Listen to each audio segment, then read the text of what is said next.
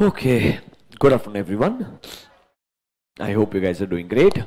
आज हम दो इंपॉर्टेंट एसेस को डिस्कस करेंगे. होपफुली दोनों कंप्लीट भी होंगे. One will be your SA 560 and one will be SA 570. दोनों काफी डिटेल में है. ऑनेस्टली इंटर फाइनल दोनों के अंदर स्टैंडर्ड्स अब ऑलमोस्ट सेम हो गया है. 560 570 पहले ऐसा था. इंट्रोडक्शन वाला पार्ट इंटरमीडिएट में था and detailed part was in final. Now it is absolutely same. There is no difference at all. Rather final में इंटर का ही रेफरेंस दिया है. इन ऐसे का एक मस्त टेबल बना के दिया और बोला है इंटर में आप डिटेल में पढ़ के आएंगे. तो मतलब 560 570 मुझे काफी डिटेल में आपको इंटरमीडिएट एंड फाइनल दोनों के पॉइंट ऑफ व्यू से पढ़ाना पड़ेगा. तो हम 560 570 को आज दोनों कवर करने का ट्राई करेंगे. सबसे पहले obviously will start with SA 560 that is called as subsequent events. एक बार वो समझ में आया, then will go to SA 570. चलिए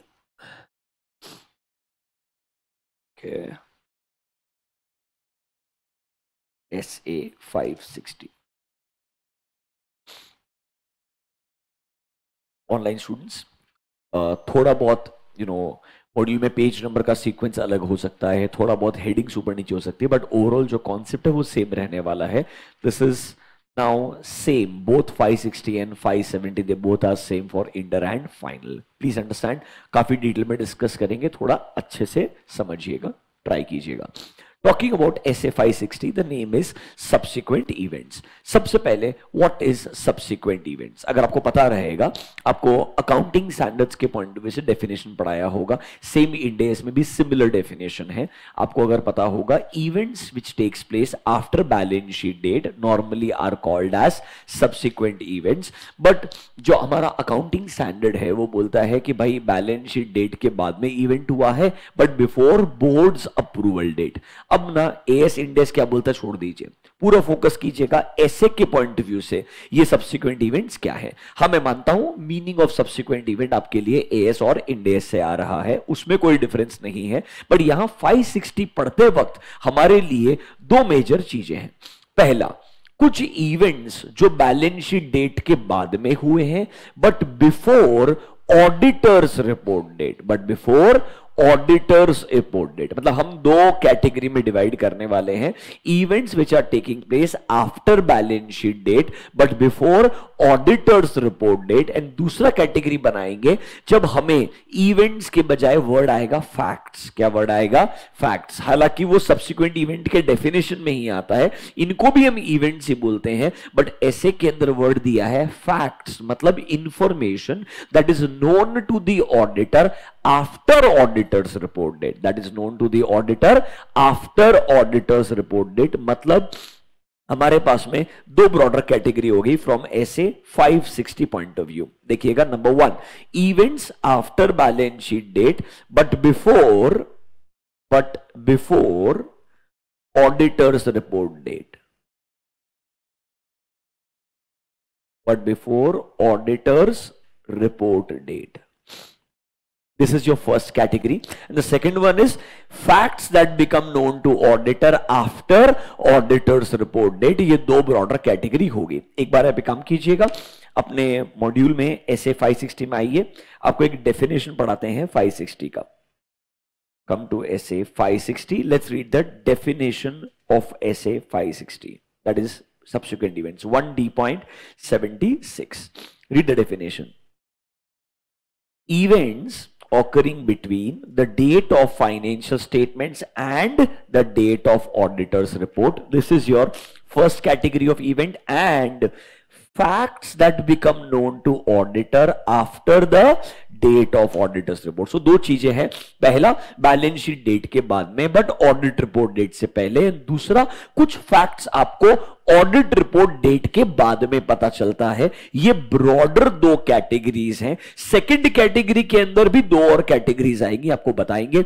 अभी के लिए सब्सिक्वेंट इवेंट मतलब क्या? कोई तो इवेंट कब हुआ? बैलेंस शीट डेट के बाद, या तो वो ऑडिट रिपोर्ट डेट मतलब ऑडिट रिपोर्ट देने से पहले आपको पता चल जाएगा. So event is after balance sheet but before auditors report date. दूसरा, ऑडिट रिपोर्ट दे दिया होगा, उसके बाद में आपको कोई फैक्ट या इंफॉर्मेशन पता चलता है, तो वो सेकंड कैटेगरी कैटेगरी में आ जाएगा, that is facts which become known to auditor after auditors report date. उसके बाद में क्या हो सकता है आपको समझाएंगे। Is this clear to you?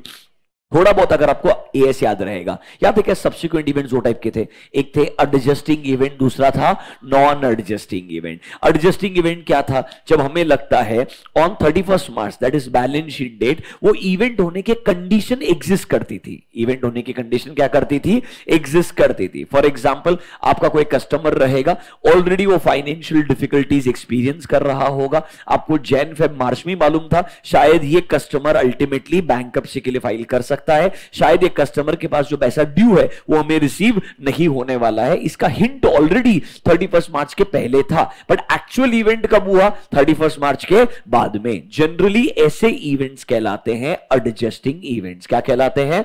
Adjusting events, जिनकी कंडीशन ऑलरेडी एग्जिस्ट करती थी as on balance sheet date. फिर सर सडनली कोई इवेंट होता है या फैक्ट आपको पता चलता है आफ्टर 31 मार्च, जिसका कोई भी कंडीशन एग्जिस्ट ऑन 31 मार्च नहीं करता था। जनरली वो इवेंट्स को हम बोलते हैं नॉन एडजस्टिंग इवेंट। क्या बोलते हैं? मतलब उनके लिए नॉर्मली डिस्क्लोजर आता है। क्या आता है? डिस्क्लोजर। कहां पर सर? आपके नोट्स टू अकाउंट्स में। ये ब्रॉडर दो कैटेगरीज है, अभी हम डिस्कस करने जाएंगे। First category of event that will take place after balance sheet date but before your auditors report date. मतलब हम पहला इवेंट डिस्कस करने जाएंगे that will take place after balance sheet date but before auditors report date। हमारे लिए from exam point of view सबसे important बनता है ये सिचुएशन कि भाई इस केस में हमें क्या करना है एज अ ऑडिटर। अच्छा एक बात बताइए, ये सब्सिक्वेंट इवेंट्स होंगे, ये सबसे पहले किसे पता चलना चाहिए? कंपनी के मैनेजमेंट को। Who runs the business? Management. तो किसका ड्यूटी होना चाहिए सब्सिक्वेंट इवेंट्स को आइडेंटिफाई करने का? मैनेजमेंट का। किसका ड्यूटी होना चाहिए एएस इंड एस का कंप्लाई करने का? मैनेजमेंट का। तो हम एज अ ऑडिटर पहले मैनेजमेंट से पूछेंगे, आप लोग ये सब्सिक्वेंट इवेंट्स को आइडेंटिफाई कैसे करते हो एंड आप लोग इन इवेंट्स को किस तरीके से एडजस्ट या डिस्क्लोजर, जो भी आपका डिसीजन रहेगा, वो कैसे डिसाइड करते हो? ये कंपनी के मैनेजमेंट का काम है। हमने उनसे इंक्वायरी करके समझना चाहिए। फिर हमें थोड़ा डर भी रहेगा कि मान लो कोई सब्सिक्वेंट इवेंट्स रहेंगे पर शायद मैनेजमेंट आपको बता ही नहीं रहा होगा, आपसे छुपाने का ट्राई करेगा, तो वो सर सब्सिक्वेंट इवेंट्स कंप्लीट है कि नहीं है, सब कुछ हमें मिले कि नहीं मिले, इसके लिए कुछ प्रोसीजर भी लगाना पड़ेगा, आपको बताया जाएगा। अभी के लिए 560 में सब्सिक्वेंट इवेंट में दो चीज आती है। नंबर 1, कोई इवेंट जो बैलेंस शीट डेट के बाद में हुआ है but before auditors report date, but before auditors report date मतलब ऑडिट रिपोर्ट देने से पहले और बैलेंस शीट डेट के बाद, इसके बीच का एक इवेंट है, that is called as subsequent event. दूसरा, कोई इवेंट हमें पता चल सकता है आफ्टर ऑडिटर्स रिपोर्ट डेट, ये सेकंड कैटेगरी हो जाएगी। This will be called as facts known to auditor after auditors report date. दो ब्रॉडर कैटेगरी पहले आपको पता होना चाहिए। अभी हमारा डिस्कशन होगा इस कैटेगरी के बारे में। किस कैटेगरी के बारे में? बैलेंस शीट डेट के बाद but before auditors report date. Can we start our discussion? चलिए आइए, मैं आपको एएस इंडिया ज्यादा नहीं पढ़ा रहा हूं, वो मैं अज्यूम करता हूं आपको आता है, सिर्फ यहां पे ऐसे के पॉइंट ऑफ व्यू से ओवरव्यू दूंगा। Is that clear to you? आइए, come to page number 1D.77। ये पार्ट को मार्क कीजिएगा, important, this can be a good question. देखो क्या बोलता है, ऑडिटर क्या प्रोसीजर लगाएगा रिलेटिंग टू इवेंट्स? कौन से वाले इवेंट्स हैं? देखिए, जो ऑकर करते हैं between the date of financial statement and the date of auditor. Can I say balance sheet date के बाद but before auditors report date. ये रेंज में जो इवेंट्स होंगे वो मेरा फर्स्ट कैटेगरी कहलाएगा। क्या हम वो डिस्कस करने जाएंगे अभी डिटेल में? यस। वापस से, events that are taking place after balance sheet date but before auditors report date, ये हमारा फर्स्ट कैटेगरी है जिसे हम डिस्कस करने जाएंगे। सबसे पहला चीज वो आपसे एग्जाम में पूछेगा ऑडिट प्रोसीजर। एग्जाम में क्या पूछेगा? Audit procedure. सुनिएगा शांति से। सबसे पहले हमने मैनेजमेंट से इंक्वायरी करके क्या क्या सिग्निफिकेंट सब्सिक्वेंट इवेंट्स हुए हैं आफ्टर 31 मार्च, ये उनसे पूछना चाहिए। उनसे पूछना चाहिए आपका क्या प्रोसेस है ये सब्सिक्वेंट इवेंट्स को ढूंढने का। फिर हमें डर क्या रहेगा? उन्होंने जो हमको सब्सिक्वेंट इवेंट्स बताए होंगे ना, वो कंप्लीट नहीं होंगे, वो इनकम्प्लीट हो सकते हैं, तो हमने और क्या क्या करना चाहिए? सुनिए, ईयर एंडिंग कब हो रहा है? 31 मार्च। अगले साल के अंदर हम ऑडिट करने के लिए नॉर्मली प्राइवेट कंपनीज वगैरह में जाते हैं 31 मार्च के बाद में। तो जो अगले साल का पहला क्वार्टर होता है, अगले साल का पहला क्वार्टर होता है, उसके अंदर ऑलरेडी ऑडिट कमिटी का एक आध मीटिंग प्लान्ड होगा, आपके बीओडी का एक आध मीटिंग प्लान्ड रहेगा। उस मीटिंग के अंदर क्या कोई इंपॉर्टेंट डिस्कशन हुआ है, उसके मिनट्स को अगर हम गो थ्रू करेंगे तो पता चल जाएगा कि क्या कोई सब्सिक्वेंट इवेंट होगा जो हमें शायद मैनेजमेंट बता नहीं रहा होगा, बट डिस्कशन कहां हुआ होगा? मीटिंग्स में हुआ होगा, चाहे वो टीसीडब्ल्यूजी का मीटिंग्स हो, चाहे वो बीओडी का मीटिंग हो। मतलब सर हमें उनके मीटिंग के मिनट्स को गो थ्रू करना चाहिए। आर देयर एनी इवेंट्स जो 31 मार्च के बाद में हुए पर हमें बताए नहीं गए? दूसरा चीज, कंपनी के पास में ना इंटरिम फाइनेंशियल स्टेटमेंट्स, क्या वर्ड होता है? इंटरिम फाइनेंशियल स्टेटमेंट्स, मतलब 31 मार्च के बाद में अगले साल के पहले क्वार्टर के नंबर्स होंगे। वो नंबर्स देखने के बाद समझ में आ जाएगा क्या उन्होंने कोई ऐसा एडजस्टमेंट्स वगैरह किया हुआ है क्या, जो शायद 31 मार्च को ही कर देना चाहिए था बट इन्होंने पोस्टपोन करके अगले साल में इंक्लूड कर दिया होगा। तो उनके इंटरिम फाइनेंशियल स्टेटमेंट्स अगले साल के जो है, जो लेटेस्ट, मतलब if my year ending is, let's say जिस साल का मैं ऑडिट कर रहा हूं वो है 1 अप्रैल 2023 टू 31 मार्च 2024, तो इसके बाद के जो मीटिंग्स हैं, मतलब जो नेक्स्ट क्वार्टर रहेगा फ्रॉम 1 अप्रैल 2024 ऑनवर्ड्स, इसके रिलेटेड में मीटिंग्स के मिनट्स लूंगा, इसके रिलेटेड मैं इंटरिम फाइनेंशियल स्टेटमेंट लूंगा, क्योंकि इवेंट सब्सिक्वेंट है तो इफेक्ट भी शायद देखने को कहां मिलेगा? 31 मार्च के बाद में मिलेगा। इसीलिए मैंने सब्सिक्वेंट लेटेस्ट जो फाइनेंशियल स्टेटमेंट्स है वो लेने चाहिए। सब्सिक्वेंट जो मीटिंग्स हुई होगी उनके मिनट्स को गो थ्रू करना चाहिए। ये अच्छा तरीका रहेगा समझने के लिए कि क्या कोई सब्सिक्वेंट इवेंट्स है पर मुझे बताए नहीं गए होंगे। Is this clear to you? आइए डिस्कस करते हैं पेज नंबर 1D.77। आइए पहले पढ़िए पॉइंट नंबर 4। अब 1 2 3 पढ़ेंगे बाद में, पहले 4th पे आइए। Auditor shall take into account risk assessment which includes the following, मतलब हमें ये चीजें लगानी पड़ेगी। देखिए number 1, obtaining an understanding of any procedures जो मैनेजमेंट ने लगाया होगा to identify subsequent event। पहले उनसे ही पूछेंगे आप लोग कैसे सब्सिक्वेंट इवेंट्स को ढूंढते हैं, उसके प्रोसीजर को समझने का ट्राई करेंगे। दूसरा, मैनेजमेंट से इंक्वायरी करेंगे, टीसीडब्ल्यूजी से इंक्वायरी करेंगे, क्या कोई सब्सिक्वेंट इवेंट्स है क्या भाई जो आपको लगता है आपके फाइनेंशियल स्टेटमेंट को क्या करेंगे? अफेक्ट करेंगे। पहले अंडरस्टैंड देयर प्रोसीजर एंड उन लोगों से इंक्वायरी कीजिए क्या कोई सब्सिक्वेंट इवेंट्स है। तीसरा चीज देखिए, रीड मिनट्स। इस बार देखिए कौन सा मिनट्स? वो मीटिंग के मिनट्स जो कंपनी के ओनर्स का, मैनेजमेंट का, टीसीडब्ल्यूजी का, that have been held, mark the word, after the date of financial statement. मतलब ये 31 मार्च 2024 जो हमारा ईयर एंडिंग है इस केस में, इसके बाद के अंदर कोई अगर मीटिंग हुए हैं उनका मिनट्स हमने ऑब्टेन करना चाहिए। उसके पहले के मीटिंग्स में कुछ मिलने वाला नहीं है क्योंकि सब्सिक्वेंट इवेंट 31 मार्च के बाद ही हुआ होगा, तो उसका डिस्कशन भी आइडियली 31 मार्च के बाद की जो मीटिंग्स है उसके अंदर होना चाहिए। Is ABC clear to you? फिर हम एंटिटी का पढ़ेंगे, latest subsequent interim financial statement. Year ending 31 March 2024 है, तो इस 31 मार्च के बाद में अगला एक क्वार्टर, अगले 2 क्वार्टर, नॉर्मली एक क्वार्टर के नंबर्स आपको मिल जाएंगे। सब्सिक्वेंट फाइनेंशियल, वो नंबर्स देख के समझेगा क्या कोई एडजस्टमेंट आपने अगले साल में करने का ट्राई किया है जो शायद होना कब चाहिए था? लास्ट ईयर होना चाहिए था। एग्जाम्पल, लास्ट ईयर रिसीवेबल का नंबर दिख रहा था 100 करोड़, आपने अगले क्वार्टर के जो नंबर्स है उसमें रिसीवेबल्स को राइट डाउन कर दिया, सिग्निफिकेंटली 20-30% कम कर दिया and as a bad debt charge कर दिया। ये शायद करना चाहिए था ऑन 31 मार्च, आपने जानबूझ के से क्या कर दिया? पोस्टपोन कर दिया, क्योंकि कोई ना कोई इवेंट हो चुका होगा, बस आपने ऑडिटर को बताया नहीं होगा। ये मुझे कहां से पता चलेगा? सब्सिक्वेंट इंटरिम फाइनेंशियल इंफॉर्मेशन से पता चलेगा। क्या आपको पॉइंट नंबर 4 समझ में आया? ये मुझे प्लानिंग के दौरान, रिस्क असेसमेंट के दौरान बेयर मिनिमम प्रोसीजर्स लगाने चाहिए। हम कौन से इवेंट्स को डिस्कस कर रहे हैं बच्चों? Events that are taking place after balance sheet date but before auditors report. अभी तक ऑडिट रिपोर्ट नहीं दिया, ये नॉर्मल इवेंट है, नॉर्मली ये प्रोसीजर लगाने ही चाहिए। अब सिंपल सा बात है, जो आपको सब्सिक्वेंट इवेंट्स मिलेंगे आप मैनेजमेंट से पूछोगे how are you going to deal with this. हम क्या चाहते हैं? आप लोगों ने एप्लीकेबल एफआरएफ फॉलो करना चाहिए। क्या फॉलो करना चाहिए?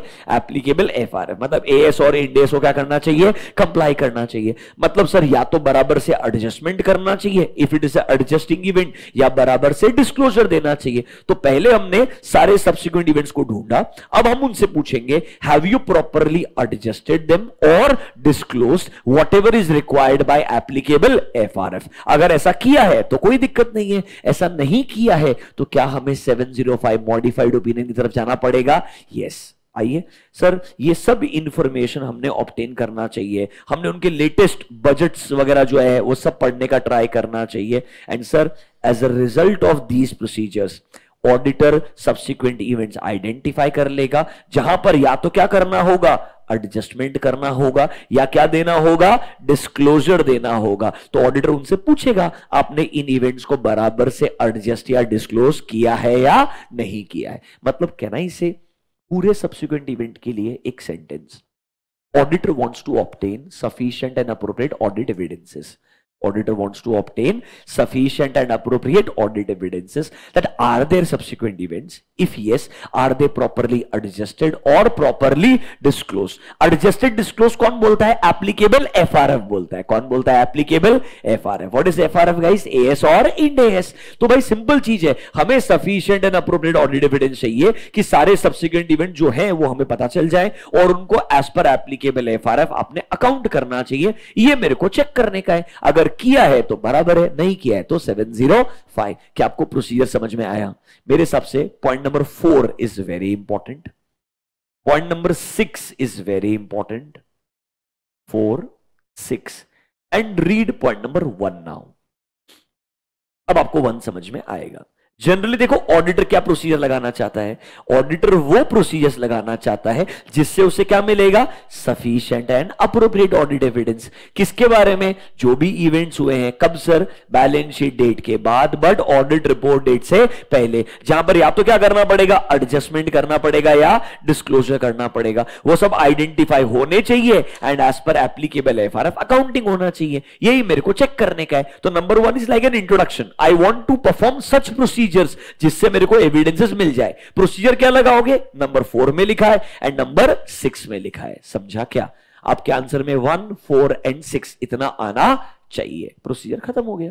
रिपोर्टिंग वाला पार्ट आपको बस पता होना चाहिए, सिंपल चीज है। एडजस्टमेंट जो करना चाहिए था नहीं किया। Non adjustment, is this a material misstatement? Yes. Can I go towards a modified opinion? हां।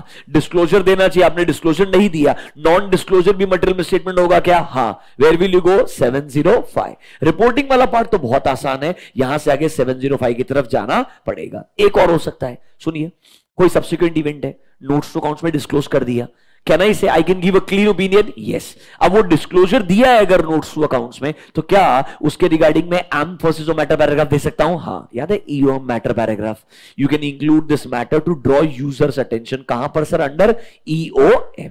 Is this clear to you? That's it. Read 1, 4, 6 revise कर लीजिए। पहला इवेंट खत्म हो गया।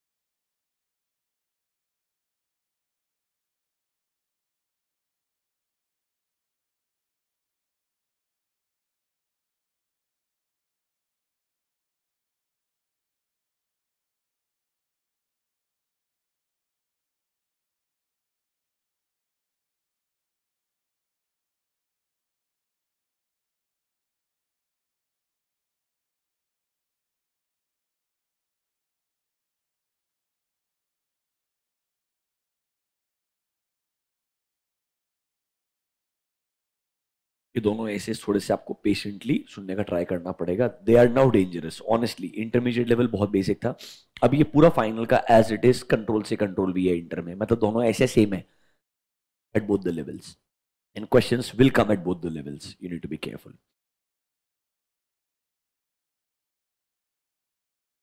चलिए आगे बढ़े। Can I go to the second one? वापस एक बार ओवरव्यू दे देता हूं। हम पढ़ रहे हैं 560 that talks about subsequent events. पहला कैटेगरी था events after balance sheet date, before auditors report date. Procedure के पॉइंट ऑफ व्यू से सबसे डिटेल में यही इवेंट है जो आपको पता होना चाहिए. अब वो आप जाते हैं सेकंड कैटेगरी में. सर मान लो हमने 31 मार्च के बाद में जो जो सब्सिक्वेंट इवेंट हुए उसके लिए पूरे प्रोसीजर लगाए, वो बराबर से अकाउंट किए कि नहीं किए चेक भी किया, ऑडिट रिपोर्ट बना के दे दिया, ऑडिट रिपोर्ट बना करके दे दिया. हो सकता है कुछ फैक्ट्स या इवेंट्स हमें पता चलते हैं कब? ऑडिट रिपोर्ट डेट के बाद. कब पता चलता है? ऑडिट रिपोर्ट डेट के बाद. सेकंड कैटेगरी पढ़िएगा, facts that become known to auditor after auditors report date. मतलब ऑडिट रिपोर्ट साइन हो चुका है, ऑडिट रिपोर्ट डेट मतलब रिपोर्ट साइन हो गया, उस पर डेट डाल दिया आपने, मतलब audit report is finalized. Are you understanding this? आपने ऑडिट रिपोर्ट फाइनलाइज किया, ऑडिट रिपोर्ट में नीचे प्लेस एंड डेट लिखना पड़ता है ना, वहां डेट लिख दिया, मतलब कहना इसे audit report is now signed. अब यहां से आगे मैनेजमेंट को रिपोर्ट मिलेगी और फिर ये report and audited financial statements user को दे दिए जाएंगे. क्या कर दिए जाएंगे? यूजर्स को दे दिए जाएंगे. सीक्वेंस समझ लीजिए, फाइनेंशियल स्टेटमेंट्स आर फाइनलाइज्ड, फिर ऑडिट होता है, फिर ऑडिट रिपोर्ट फाइनलाइज होता है, रिपोर्ट साइन करके मैनेजमेंट के पास जाता है, वही audited financial statements and report once approved by the board it will go to the users, it will be issued to the users. वो आप रेगुलेटर को देंगे. अगर लिस्टेड कंपनी हुआ, आपको मालूम रहेगा ना आज रिजल्ट पब्लिश करना है, तो एनएससी बीएससी की वेबसाइट पे रेगुलेटर को इंटीमेट किया जाता है. That is called as financial statement issued date. मतलब now financial statements are made available to my users. Are you understanding this? अभी के लिए पहला इवेंट क्या था? बैलेंस शीट डेट के बाद, बट ऑडिट रिपोर्ट डेट से पहले. अब ऑडिट रिपोर्ट साइन हो गया है, उसके बाद में आपको कुछ पता चलता है. सुनिएगा मेरा बात. जनरली ऑडिटर्स रिपोर्ट डेट के बाद में ऑडिटर का कोई रेस्पॉन्सिबिलिटी नहीं होता है, कोई मेजर ऑब्लिगेशन नहीं होता है. ऐसे भी यही बात बोलता है, बट ऐसे ना थोड़ा सा ट्विस्ट कर जाता है, एक सेंटेंस को ऐड करता है. Generally after auditors report date हमारा कोई ऑब्लिगेशन नहीं है, बट एक चीज को दिमाग में रखना, कोई भी फैक्ट या इवेंट आपको ऑडिट रिपोर्ट डेट के बाद पता चलता है और आपको लगता है ये सेम चीज मुझे अगर ऑडिट रिपोर्ट डेट के पहले पता होती तो शायद उसकी वजह से मेरा रिपोर्ट बदल जाता. उसकी वजह से क्या बदल जाता? मेरा रिपोर्ट बदल जाता. मतलब ये सिग्निफिकेंट फैक्ट है, मतलब ये सिग्निफिकेंट इवेंट है जो मुझे आज पता चला है और मुझे लगता है अगर ऑडिट रिपोर्ट डेट के पहले पता होता तो शायद इसकी वजह से मेरा रिपोर्ट बदल जाता, मेरा ओपिनियन बदल जाता. उस केस में आपको अभी भी कुछ प्रोसीजर लगाने पड़ेंगे. सुनिएगा मेरा बात, ऑडिट रिपोर्ट डेट के बाद में नॉर्मली आपका कोई ऑब्लिगेशन नहीं होता है, बट अगर आपको लगता है ये सेम फैक्ट अगर मुझे ऑडिट रिपोर्ट डेट के पहले पता होता तो शायद उसकी वजह से मेरा रिपोर्ट बदल जाता, मेरा ओपिनियन बदल जाता, तो शायद ये इंपैक्ट आपको अभी कंसीडर करना पड़ेगा. This is what essay says. अब ये क्या करता है? इसको भी दो पार्ट में डिवाइड करता है. सर या तो हो सकता है कुछ आपको पता चला ऑडिट रिपोर्ट डेट के बाद में, after the auditors report date, but before financial statement issued date. मतलब ऑडिट रिपोर्ट साइन हो गया है, बट अभी तक पब्लिक को या यूजर्स को ऑडिटेड फाइनेंशियल स्टेटमेंट्स इशू नहीं हुआ है. मतलब कहना इसे right now report is finalised, या तो आपने रिपोर्ट फाइनलाइज करके अभी तक शायद मैनेजमेंट को भी रिपोर्ट नहीं दिया होगा, या आपने साइन करके मैनेजमेंट को रिपोर्ट दे दिया होगा, बट अभी तक मैनेजमेंट ने आपकी रिपोर्ट और ऑडिटेड फाइनेंशियल स्टेटमेंट्स यूजर्स को इशू नहीं किए हैं. तो कहना इसे अभी भी मौका है, रिपोर्ट बदल सकता है. अभी भी मौका है, रिपोर्ट बदल सकता है. कब बदलेगा, क्यों बदलेगा, बताया जाएगा. बट ये वो सिचुएशन है after auditors report date but before financial statements issued date. अभी तक फाइनेंशियल स्टेटमेंट्स को इशू नहीं किया गया है. Is this clear to you? Third and the last option is facts that become known to auditor after financial statements issued date. ये सबसे extreme है. रिपोर्ट साइन हुआ, पब्लिक को या यूजर्स को फाइनेंशियल स्टेटमेंट्स इशू भी कर दिए, उसके बाद में अगर कुछ पता चलता है तो आप क्या करेंगे? उस एक्सट्रीम केस को छोड़ दीजिए, पहले इसको डिस्कस करते हैं. Facts become known to auditor after auditors report date, but अभी तक यूजर्स को क्या नहीं दिया है, फाइनेंशियल स्टेटमेंट्स इशू नहीं किया। मतलब समझिएगा, ऑडिट हो गया है, रिपोर्ट साइन हो गया है, report is dated, report sign होकर डेट आ चुकी है, इसके बाद में आपको कुछ पता चलता है, बट अभी तक ये audited financial statement and auditor का रिपोर्ट किसको नहीं दिया है, यूजर्स को नहीं दिया है। मतलब public at large, listed company तो उन तक नहीं पहुंचा है, इंस्टीट्यूशनल इन्वेस्टर्स है तो इंस्टीट्यूशंस को नहीं बताया है, ये शायद अभी ऑडिटर को पता चला होगा और मैनेजमेंट के बीच में ही फाइनेंशियल स्टेटमेंट्स है, they are not made public as of now. Is this clear to you? पक्का? फैक्ट्स जनरली बोलते हैं आफ्टर ऑडिट रिपोर्ट डेट, इसमें दो हो सकता है, ऑडिट रिपोर्ट डेट के बाद, बट किसके पहले, फाइनेंशियल स्टेटमेंट इशूड डेट के पहले, एंड दूसरा after finance, but can I say both are after audit report date? Both are after audit report date, भले फाइनेंशियल स्टेटमेंट इशू हुआ है या नहीं हुआ है। ऑब्वियसली फाइनेंशियल स्टेटमेंट इशू करने से पहले ऑडिट रिपोर्ट साइन होना चाहिए, क्योंकि फाइनेंशियल स्टेटमेंट जब इशू करते हैं ना, तो financial statement plus audit report दोनों साथ साथ जाते हैं, financial statement plus audit report दोनों साथ साथ, तो ऑडिट रिपोर्ट पहले साइन होगा, फिर फाइनेंशियल स्टेटमेंट्स को इशू किया जाएगा। Is this clear to you? आइए, in your modules let's read 2 sentences, देखिए क्या बोलता है। Facts which become known to auditor after the date of auditor's report but before the date of financial statements are issued। Can I say second category हो गया ये? second के अंदर भी कौन सा हो गया? first category। तो can I say overall 2 category है, this is my number 1, this is my number 2। Can I say number 2 के अंदर this is my A and this is my B। तो अभी हम जो डिस्कस करने जा रहे हैं वो क्या है? सेकंड कैटेगरी का A पार्ट है। वो क्या है? सेकंड कैटेगरी का A पार्ट है। समझा क्या? इसके बाद में क्या पढ़ेंगे? Facts that become known to auditor after financial statements have been issued, this will be second category का part B। Is this clear to you? Let's go to the first one. क्या बोलता है? सर इस बार audit report date issue हो गया है, audit report date sign हो चुकी है, रिपोर्ट का डेट आ गया है, बट अभी तक क्या नहीं हुआ है? Financial statements have not been issued. आइए पढ़िए क्या बोलता है। Generally auditor has no obligation to perform any procedure after the date of auditors report. Normally आपका कोई ऑब्लिगेशन नहीं होता है, मेरे हिसाब से सेंटेंस ही बकवास है, वो लिखने के लिए फॉर्मेलिटी के लिए लिखा है, क्योंकि सब कुछ बदल जाएगा फ्रॉम पॉइंट नंबर 2।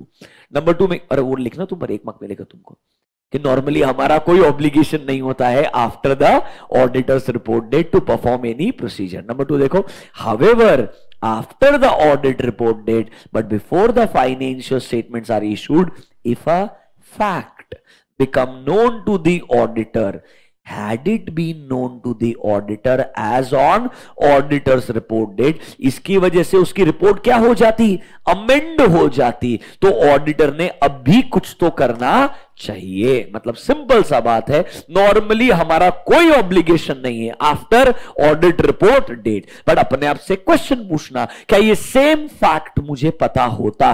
कब सर? ऑडिट रिपोर्ट डेट के वक्त या उसके पहले। तो क्या इसकी वजह से मेरी रिपोर्ट अमेंड हो जाती? अगर हां, तो अब भी हमें कुछ करना पड़ेगा। Is this clear to you? वापस से 1 and 2 का हेडिंग पढ़िए, दोनों सेंटेंस को समझिए, प्रोसीजर क्या लगाना है आपको एक्सप्लेन करेंगे। Don't worry, read 1 and 2 first.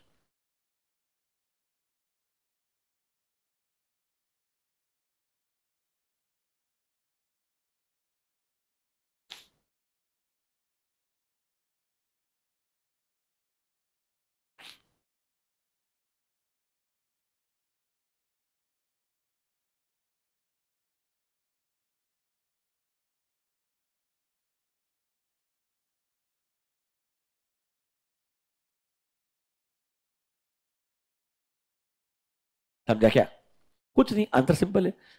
तुम कुछ नहीं करने का, पहले मैनेजमेंट से पूछने का कि भाई ऑडिट रिपोर्ट डेट साइन हो गया है, अब कुछ सिग्निफिकेंट सब्सिक्वेंट इवेंट मिला है, आप लोग क्या करने वाले हैं? Are you going to amend the financial statements? क्योंकि ऑडिटेड फाइनेंशियल स्टेटमेंट साइन होने वाले हैं यार, ऑडिट रिपोर्ट डेट साइन हो गया मतलब फाइनेंशियल स्टेटमेंट्स आर फाइनलाइज, तो उनको पूछने का are you going to amend the financial statement. बहुत सिग्निफिकेंट का अगर कुछ अगर हुआ ना, तो ही शायद मैनेजमेंट सोचता है अमेंडमेंट के बारे में, अदरवाइज नॉर्मली इंडिया में ये कल्चर नहीं है कि एक बार ऑडिट रिपोर्ट साइन हो जाए उसके बाद में कोई major changes, because even companies act जो आपका लॉ है वो भी इतना आसानी से परमिशन नहीं देता है कि आप जाइए फाइनेंशियल स्टेटमेंट को चेंज कर दीजिए, फिर अमेंडमेंट के बाद वापस ऑडिट करवा लीजिएगा। ये स्टैंडर्ड जो है ना वो इंटरनेशनल स्टैंडर्ड से बोरो किया है। कहां से बोरो किया है? आईसा से बोरो किया है। जनरली ये नहीं होता है unless there are some serious concerns. मतलब सुनिएगा, आप मैनेजमेंट से पूछिए आप लोग क्या करने वाले हैं। Are you going to amend the financial statement? अभी तक सर यूजर्स को दिया नहीं है आपने फाइनेंशियल स्टेटमेंट्स, अगर चाहिए तो अमेंडमेंट कर लीजिए। यूजर्स को नहीं दिया है, ज्यादा से ज्यादा क्या होगा, थोड़ा एजीएम पोस्टपोन करना पड़ेगा, थोड़ा बहुत डिले हो जाएगा नंबर्स पब्लिश करने में, उससे ज्यादा कुछ नहीं होने वाला है। इफ दे अमेंड, उन्होंने अगर चेंजेस कर दिए तो हमको अमेंडेड फाइनेंशियल स्टेटमेंट चेक भी करने पड़ेंगे, एडिशनल प्रोसीजर भी लगाना पड़ेगा। अगर लगता है उसके बाद रिपोर्ट बदलनी है तो नई रिपोर्ट भी देनी पड़ेगी, बराबर है कि नहीं?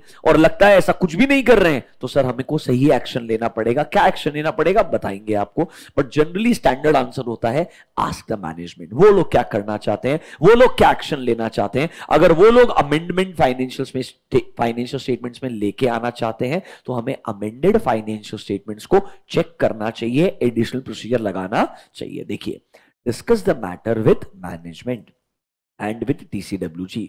क्या हमें लगता है फाइनेंशियल स्टेटमेंट्स को अमेंड करने का जरूरत है? अगर हाँ तो मैनेजमेंट कैसे उन्हें एड्रेस करने वाला है, ये हमने उनसे पूछना चाहिए। क्या आपको ABC समझ में आया? क्या मैं नोट नंबर 2 में लेके जाऊंगा, घबराइए मत। अभी के लिए इतना पार्ट समझा क्या? Exactly same answer control C control V third category के लिए भी है। इन्होंने बोला है फाइनेंशियल स्टेटमेंट्स अगर इशू भी कर दिए तब भी आप ये सेम प्रोसीजर ही दिमाग में रखना। जनरल प्रोसीजर दोनों का क्या है? कॉमन है। थोड़ा बदलाव किधर आएगा? I will explain you. पहले एक बार ये पढ़ के देखिए, ऐसा लग रहा है कि सेम ही दोनों पॉइंट लिखे हुए हैं, ये गलती से नहीं लिखे, ऐसा ही स्टैंडर्ड में है।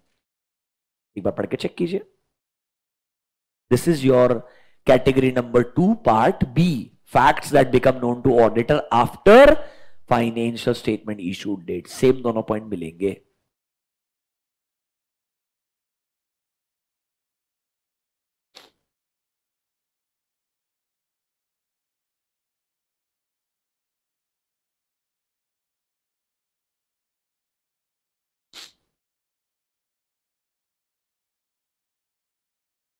इतना लॉजिकल लगता है क्या? देखो ऑनेस्टली मेरे हिसाब से कोई बड़ा बात नहीं है। इंटरमीडिएट में शायद पूछेगा ये वाला पार्ट, बैलेंस शीट डेट के बाद but before auditor report date. Final में शायद पूछेगा facts that become known to auditor after audit report date. तो फाइनल वालों को पता होना चाहिए ऑडिट रिपोर्ट डेट के बाद दो सिचुएशन। हाँ, तुम्हारे सिलेबस में भी है, ऐसा नहीं कि नहीं आ सकता है, बट जनरल प्रोबेबिलिटी बोल रहा हूं। This is common eight inter and this is more common eight a final level. दोनों का आंसर सिमिलर है, ध्यान रखना। वहां पे पूरा प्रोसीजर लिख के दिया है, यहां बोला है नॉर्मली कोई ऑब्लिगेशन नहीं होता है after audit report date, but फिर भी ध्यान रखना अगर ये कुछ पता चला as on audit report date और आपको लगता है उसकी वजह से रिपोर्ट अमेंड करनी पड़ती तो अभी मैनेजमेंट से डिस्कस करो, समझो वो लोग अमेंड करने वाले हैं क्या, अकॉर्डिंगली प्रोसीजर लगाना चाहिए। ये दोनों मैकेनिज्म आपको एक्सप्लेन तो कर दिया।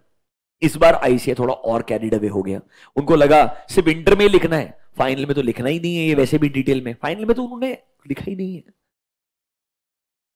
सही में शॉक हो जाओगे, मतलब मैं तो नेक्स्ट लेवल शॉक में हूं।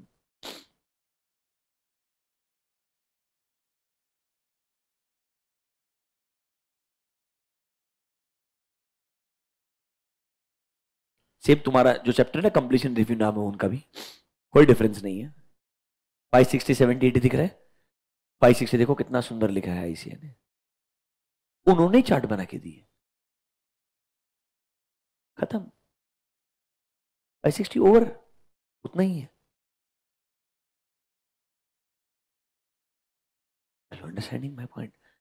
570 सेम, एक क्वेश्चन है 570, एक चार्ट बनाया, खत्म। आईसीए का मॉड्यूल है ये। 580 रिटन रिप्रेजेंटेशन, मतलब इंटर में तो कुछ भी पूछेंगे क्योंकि पूरा डिटेल में कट पेस्ट हो गया है, समझ रहे हो क्या मेरा बात। और फाइनल के लिए वो सेम चीज एज इट इज काम में आएगी क्योंकि उनसे भी वो कुछ भी पूछ सकते हैं। वो बोलेंगे ना तुम तो इंटर पास करके आए हो, तुम्हें तो आना ही चाहिए। You understanding this? So it's a these are common SAs now, ये एज इट इज दोनों के लिए रेलेवेंट है, आप कुछ नहीं कर सकते। और आपको ढंग से पढ़ना, तुम्हारे को दो एग्जाम लिखने के, इंटर में भी लिखना पड़ता फाइन, और तुम्हारे तक वापस सिलेबस बदलेगा नहीं।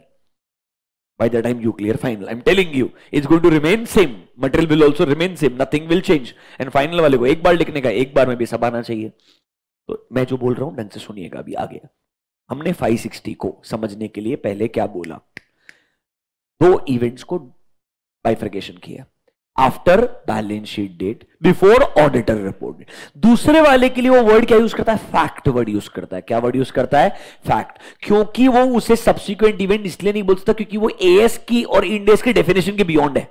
अरे एएस इंडेस का डेफिनेशन खत्म हो जाता है बोर्ड्स अप्रूवल डेट पे।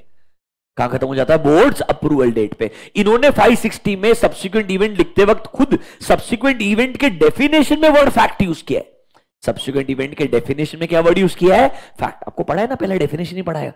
सब्सिक्वेंट में दो चीजें आती है, event after balance sheet date, before auditors report date. And दूसरों के लिए क्या बोला है, facts that become known to auditor when after auditors report date. ये जो फैक्ट्स हैं ये दो हो सकते हैं, ऑडिट रिपोर्ट डेट के बाद, बट किसके पहले, फाइनेंशियल स्टेटमेंट इशूड डेट के पहले। एंड दूसरा वाला after financial statement issued date. इतना क्लियर है क्या? अच्छा, सिंपल चीज। इन दोनों के लिए जो आपका प्रोसीजर है, कौन सा वाला, फैक्ट के अंदर point number A, number B, answer common है क्या, 1 2 3? अरे 1 2 ABC, 1 2 ABC कॉमन है क्या, नहीं है? इतना समझ में आया क्या? बेर मिनिमम मतलब इतना तो क्लियर है आइडियली। और पहले वाले कैटेगरी के लिए सेपरेट आंसर आएगा, उसमें मैंने आपको बताया 1 4 एंड 6। दिमाग लगाने वाला क्या था, पॉइंट नंबर 4 ही था। कैसे सब्सिक्वेंट इवेंट्स को ढूंढेंगे, उसके बाद उनसे पूछेंगे बराबर से एडजस्टमेंट डिस्क्लोजर किया है या नहीं किया है। Is this clear to you? इतना सब समझा क्या? आगे जाऊं क्या? पक्का? अब आगे आता है नोट। कुछ उन्होंने नोट्स लिख के दिए, नोट 1 2 एंड 3। पहले आइए नोट नंबर 1 पढ़िए मेरे साथ में। एमसीक्यू के लिए इंटर फाइनल दोनों में रेलेवेंट है, प्रोबेबिलिटी ज्यादा फाइनल की है, फिर भी समझिएगा क्या बोलता है।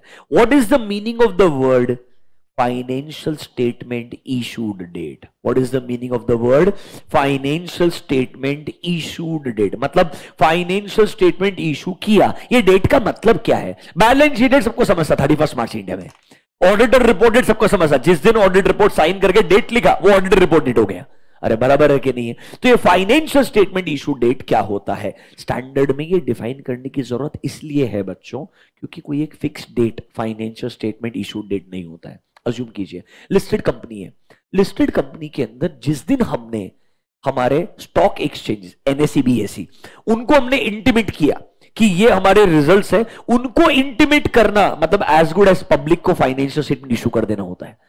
गवर्नमेंट कंपनीज वगैरह है तो उस केस में सीएजी का जो प्रोसीजर रहेगा, हमने जैसे हमारा रिपोर्ट फाइनलाइज किया, रिपोर्ट बना के किसको दिया, सीएजी को दिया। Are you understanding that? क्या नहीं, इसे अब सीएजी ने डायरेक्शन दिया कि नेक्स्ट 15 डेज के अंदर अंदर हमारे यूजर्स को नोटिफाई किया जाएगा, आने वाले जनरल मीटिंग का नोटिस भेजा जाएगा with the audited financial statement and auditor report. तो जिस दिन वो नोटिस जाएगा उस दिन क्या बन जाएगा, फाइनेंशियल स्टेटमेंट इशू डेट हो जाएगा। कोई एक फिक्स डेट नहीं हो सकता है, ये कंपनी टू कंपनी क्या होगा, वेरी करेगा कि ये गवर्नमेंट कंपनी है, लिस्टेड कंपनी है या एक प्राइवेट कंपनी है। प्राइवेट कंपनी में शायद आने वाले जनरल मीटिंग के नोटिस के साथ में जो आपके audited financial statement and report जाएंगे ना, वो नोटिस का डेट कहलाएगा फाइनेंशियल स्टेटमेंट्स इशूड डेट। मतलब ये डेट हमेशा अलग अलग हो सकता है। बट इसने एक इंटरेस्टिंग बात बोली है, सुनिए।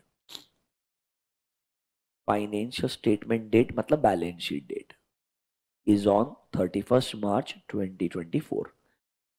फिर आता है ऑडिटर्स रिपोर्ट डेट। क्या आता है, ऑडिटर्स। लेट्स से आपने ऑडिट रिपोर्ट साइन किया, किस दिन साइन किया, लेट्स से 10th मई को साइन किया। कब साइन किया, 10th मई को। Can I call this as a audit report date? अब जिस दिन साइन किया, हो सकता है ना सेम का सेम डेट आपने ऑडिट रिपोर्ट शायद मैनेजमेंट को दिया ही नहीं होगा। आज साइन किया, 3 दिन बाद दिया होगा रिपोर्ट, बराबर है कि नहीं है? तो कैन आई से ये ऑडिट रिपोर्ट आपने कंपनी को कब दिया, उसका डेट आ सकता है लेट्स से 13th में। Can I say financial statement issued date? It always be the last of all three. Obviously, financial statement जब issue किए जाएंगे तब आपको financial statement plus audit report दोनों देना पड़ेगा ना, तो उसके लिए ऑडिट रिपोर्ट कंपनी के पास आना भी चाहिए ना। अरे बराबर है कि नहीं है? So financial statement issue date should be after auditors report date, should be after auditors report given to the management date. अरे हाँ या ना? क्योंकि उसके बाद में ही क्या इशू होगा, फाइनेंशियल। क्योंकि फाइनेंशियल स्टेटमेंट जब इशू करेंगे तो financial statement plus audit report दोनों आता है। समझा क्या? ये डेफिनेशन है, खत्म हो गया। पढ़ लीजिए मेरे साथ, देखो। It reflects the date that auditor's report and financial statement are made available to mark the word third parties. जिस दिन हम थर्ड पार्टी को फाइनेंशियल स्टेटमेंट एंड रिपोर्ट दोनों अवेलेबल करवा देते हैं, उनको एक्सेस करने के लिए मिल जाए, वो कहलाएगा financial statement issue date. Sir ये डेट डिपेंड करेगा रेगुलेटरी एनवायरनमेंट के ऊपर। कभी कभी इन सम सर्कमस्टेंसेस जिस दिन फाइनेंशियल स्टेटमेंट को हम रेगुलेटरी अथॉरिटी के साथ में फाइल कर देंगे, मतलब हम सेबी के गाइडलाइन के हिसाब से एनएससी बीएससी को अगर financial statement plus auditor report submit कर देंगे, हमारी मीटिंग होती है, मीटिंग कंक्लूड होने के बाद में स्कैन करके ये अपलोड किया जाता है एनएससी बीएससी पे। मतलब इफ एनएससी बीएससी पे एक्सेस दे दिया मतलब पब्लिक के लिए इशू हो गया है। क्या हो गया? पब्लिक के लिए इशू हो गया। तो ये हर कंपनी के लिए अलग अलग होगा। पॉइंट नंबर 4 को इंपॉर्टेंट मार्क कीजिएगा for MCQ. Since audited financial statements cannot be issued without an auditor's report, क्योंकि आप जब फाइनेंशियल स्टेटमेंट देंगे साथ साथ में क्या देना पड़ेगा? ऑडिट रिपोर्ट भी देना पड़ेगा। मतलब financial statement issued date will always be after auditors report date, will always be auditors report submitted to the management. उन सब के हमेशा बाद में ही होगा। देखिए, the date that financial statements are issued must not only be later than the date of auditor's report but also later than the date of auditor's report is provided to the entity। मतलब 10th मई के तो बाद होगा ही होगा। 10th मई के बाद किस दिन आपने मैनेजमेंट या कंपनी को ये रिपोर्ट दिया है, दैट इज 13th मई, उसके भी बाद में होना चाहिए। कौन सा date? Financial statement issued date. Clear है क्या? पॉइंट नंबर 4 को इंपॉर्टेंट मार्क कर लीजिएगा for the purpose of MCQ. पूरे नोट नंबर 1 में पॉइंट नंबर 4 इंपॉर्टेंट है। Can I go next? आगे चलें क्या? पक्का? बस कुछ नहीं, 2 नोट बाकी है, खत्म करेंगे। उसमें से भी काम की चीज डिस्कस करेंगे, ज्यादा दिमाग लगाओ मत। देखो नोट नंबर 2 का हेडिंग क्या बोलता है। अब तुमको पूरा 560 समझाती है, 2 एक्स्ट्रा नोट्स पढ़ने हैं। 560 खत्म हो गया है, you just need to understand 2 notes. ठीक है, 560 में तुम्हारे लिए कौन कौन से इवेंट है? 2 है sir. After balance sheet date, before auditor report date. दूसरा after auditors report date. After audit report date के अंदर 2 फर्दर कैटेगरी है, ऑडिट रिपोर्ट डेट के बाद but before financial statement issued date, और लास्ट वाला after financial statement issued date. इतना clear है? पक्का? अब आइए हेडिंग देखिए क्या बोलता है। Audit procedure for facts that become known to auditor after auditor's report date but before, can I say this is talking about your number 2 part A? This is talking about number 2 part A. Logical लगता है एकदम? Discuss करें 2 minute के लिए। Simple सा बात बोलता है, सुनिएगा शांति से। क्या बोलता है भाई? ये मान लो आपने ऑडिट रिपोर्ट, फाइनेंशियल स्टेटमेंट को ऑडिट कर लिया है, ऑडिट रिपोर्ट साइन कर दिया है, मतलब ऑडिट रिपोर्ट का डेट आ गया है।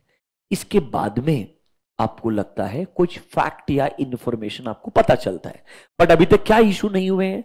फाइनेंशियल स्टेटमेंट इशू नहीं हुए हैं। आप मैनेजमेंट से पहले डिस्कस करो कि भाई ये जो सिग्निफिकेंट मैटर है, आप लोग इससे कैसे डील करने वाले हो। अगर वो लोग फाइनेंशियल स्टेटमेंट्स अमेंड करने वाले हैं, डोंट यू थिंक मेरे को थोड़ा एडिशनल प्रोसीजर लगाना पड़ेगा?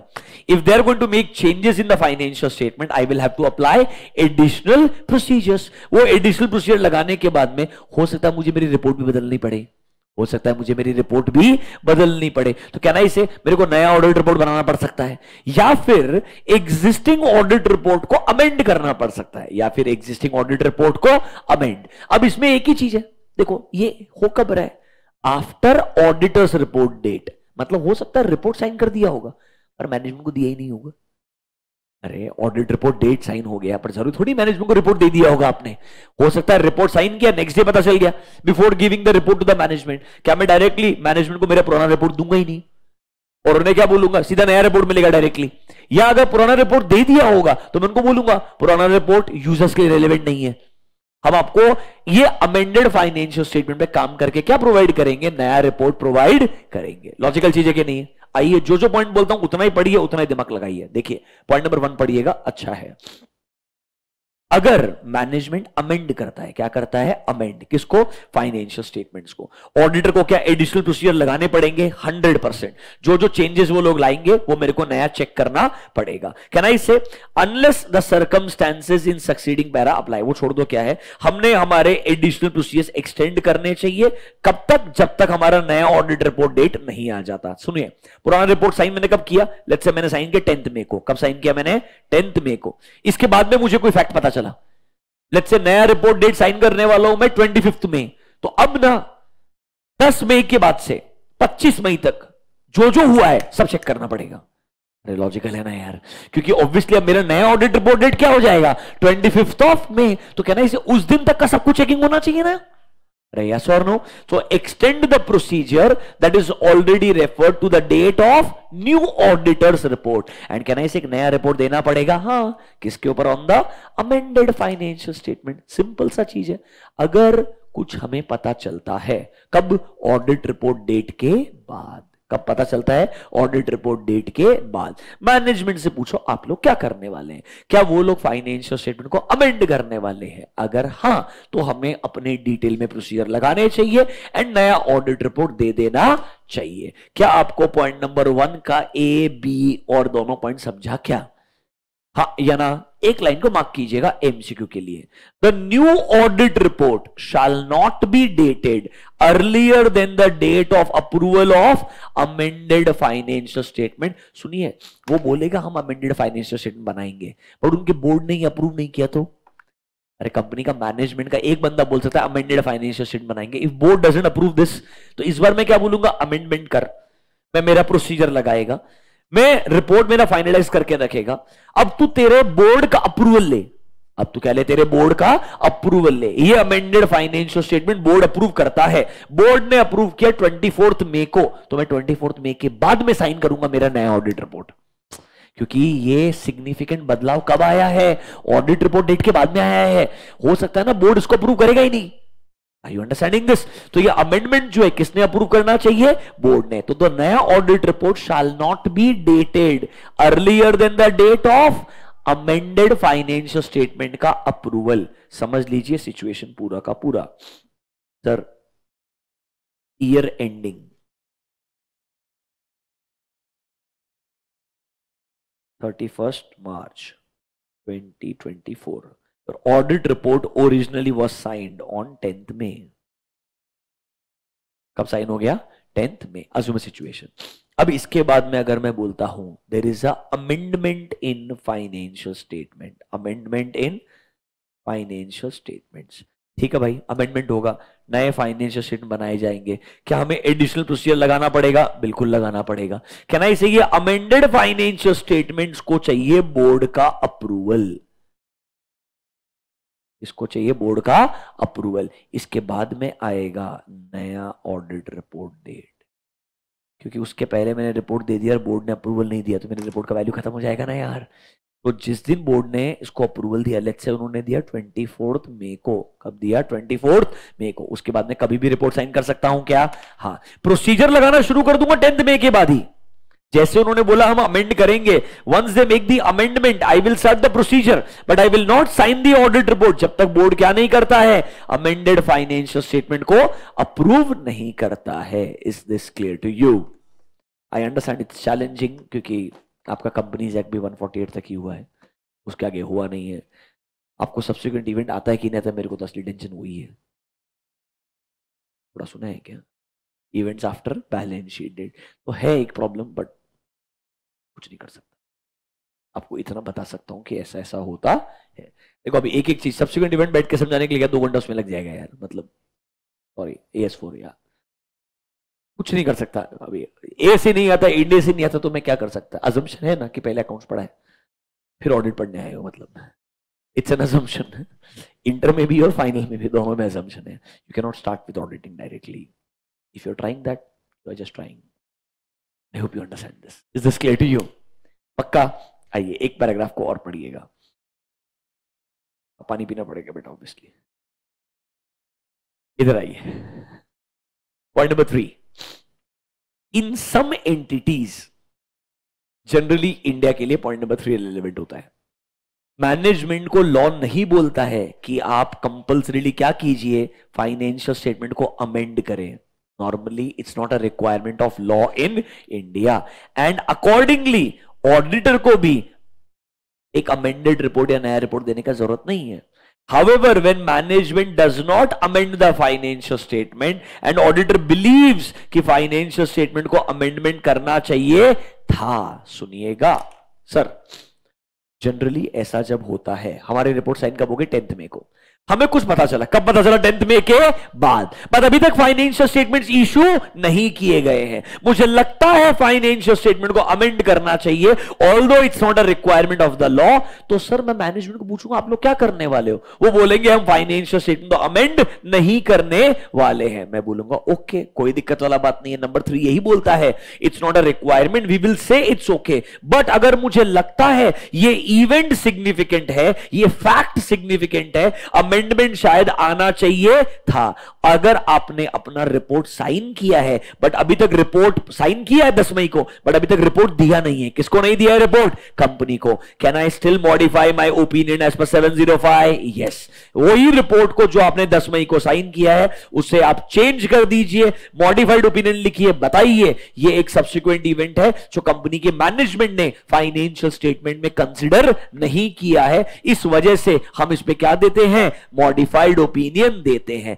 अगर मैंने उन्हें रिपोर्ट ऑलरेडी दे दिया होगा, 10th मई को साइन किया, 11 तारीख को रिपोर्ट दे दिया, उसके बाद में पता चला कोई सब्सिक्वेंट इवेंट, नंबर ए में बोलता है रिपोर्ट दिया नहीं है तो मॉडिफिकेशन के साथ में रिपोर्ट दे दो. नंबर बी बोलता है अगर रिपोर्ट ऑलरेडी दे दिया है तो ऑडिटर ने पहले मैनेजमेंट को नोटिफाई करना चाहिए, क्या sir please financial statement third party को इशू मत करना, प्लस आपने फाइनेंशियल स्टेटमेंट के साथ साथ मेरा पुराना रिपोर्ट भी इशू नहीं करना चाहिए. अगर फाइनेंशियल स्टेटमेंट वो लोग इशू कर दें बिना अमेंडमेंट के तो ऑडिटर को क्या लेना चाहिए, अप्रोप्रिएट एक्शन लेना चाहिए, वरना क्या होगा, अमेंडमेंट आना चाहिए था.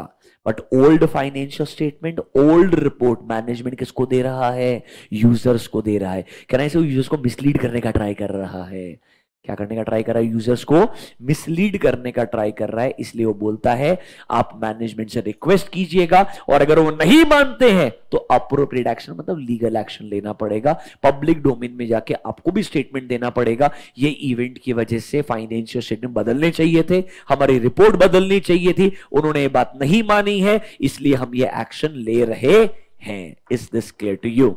नंबर 3 को मार्क कीजिएगा, 1 and 3 इंपॉर्टेंट है, रीड कर लीजिए.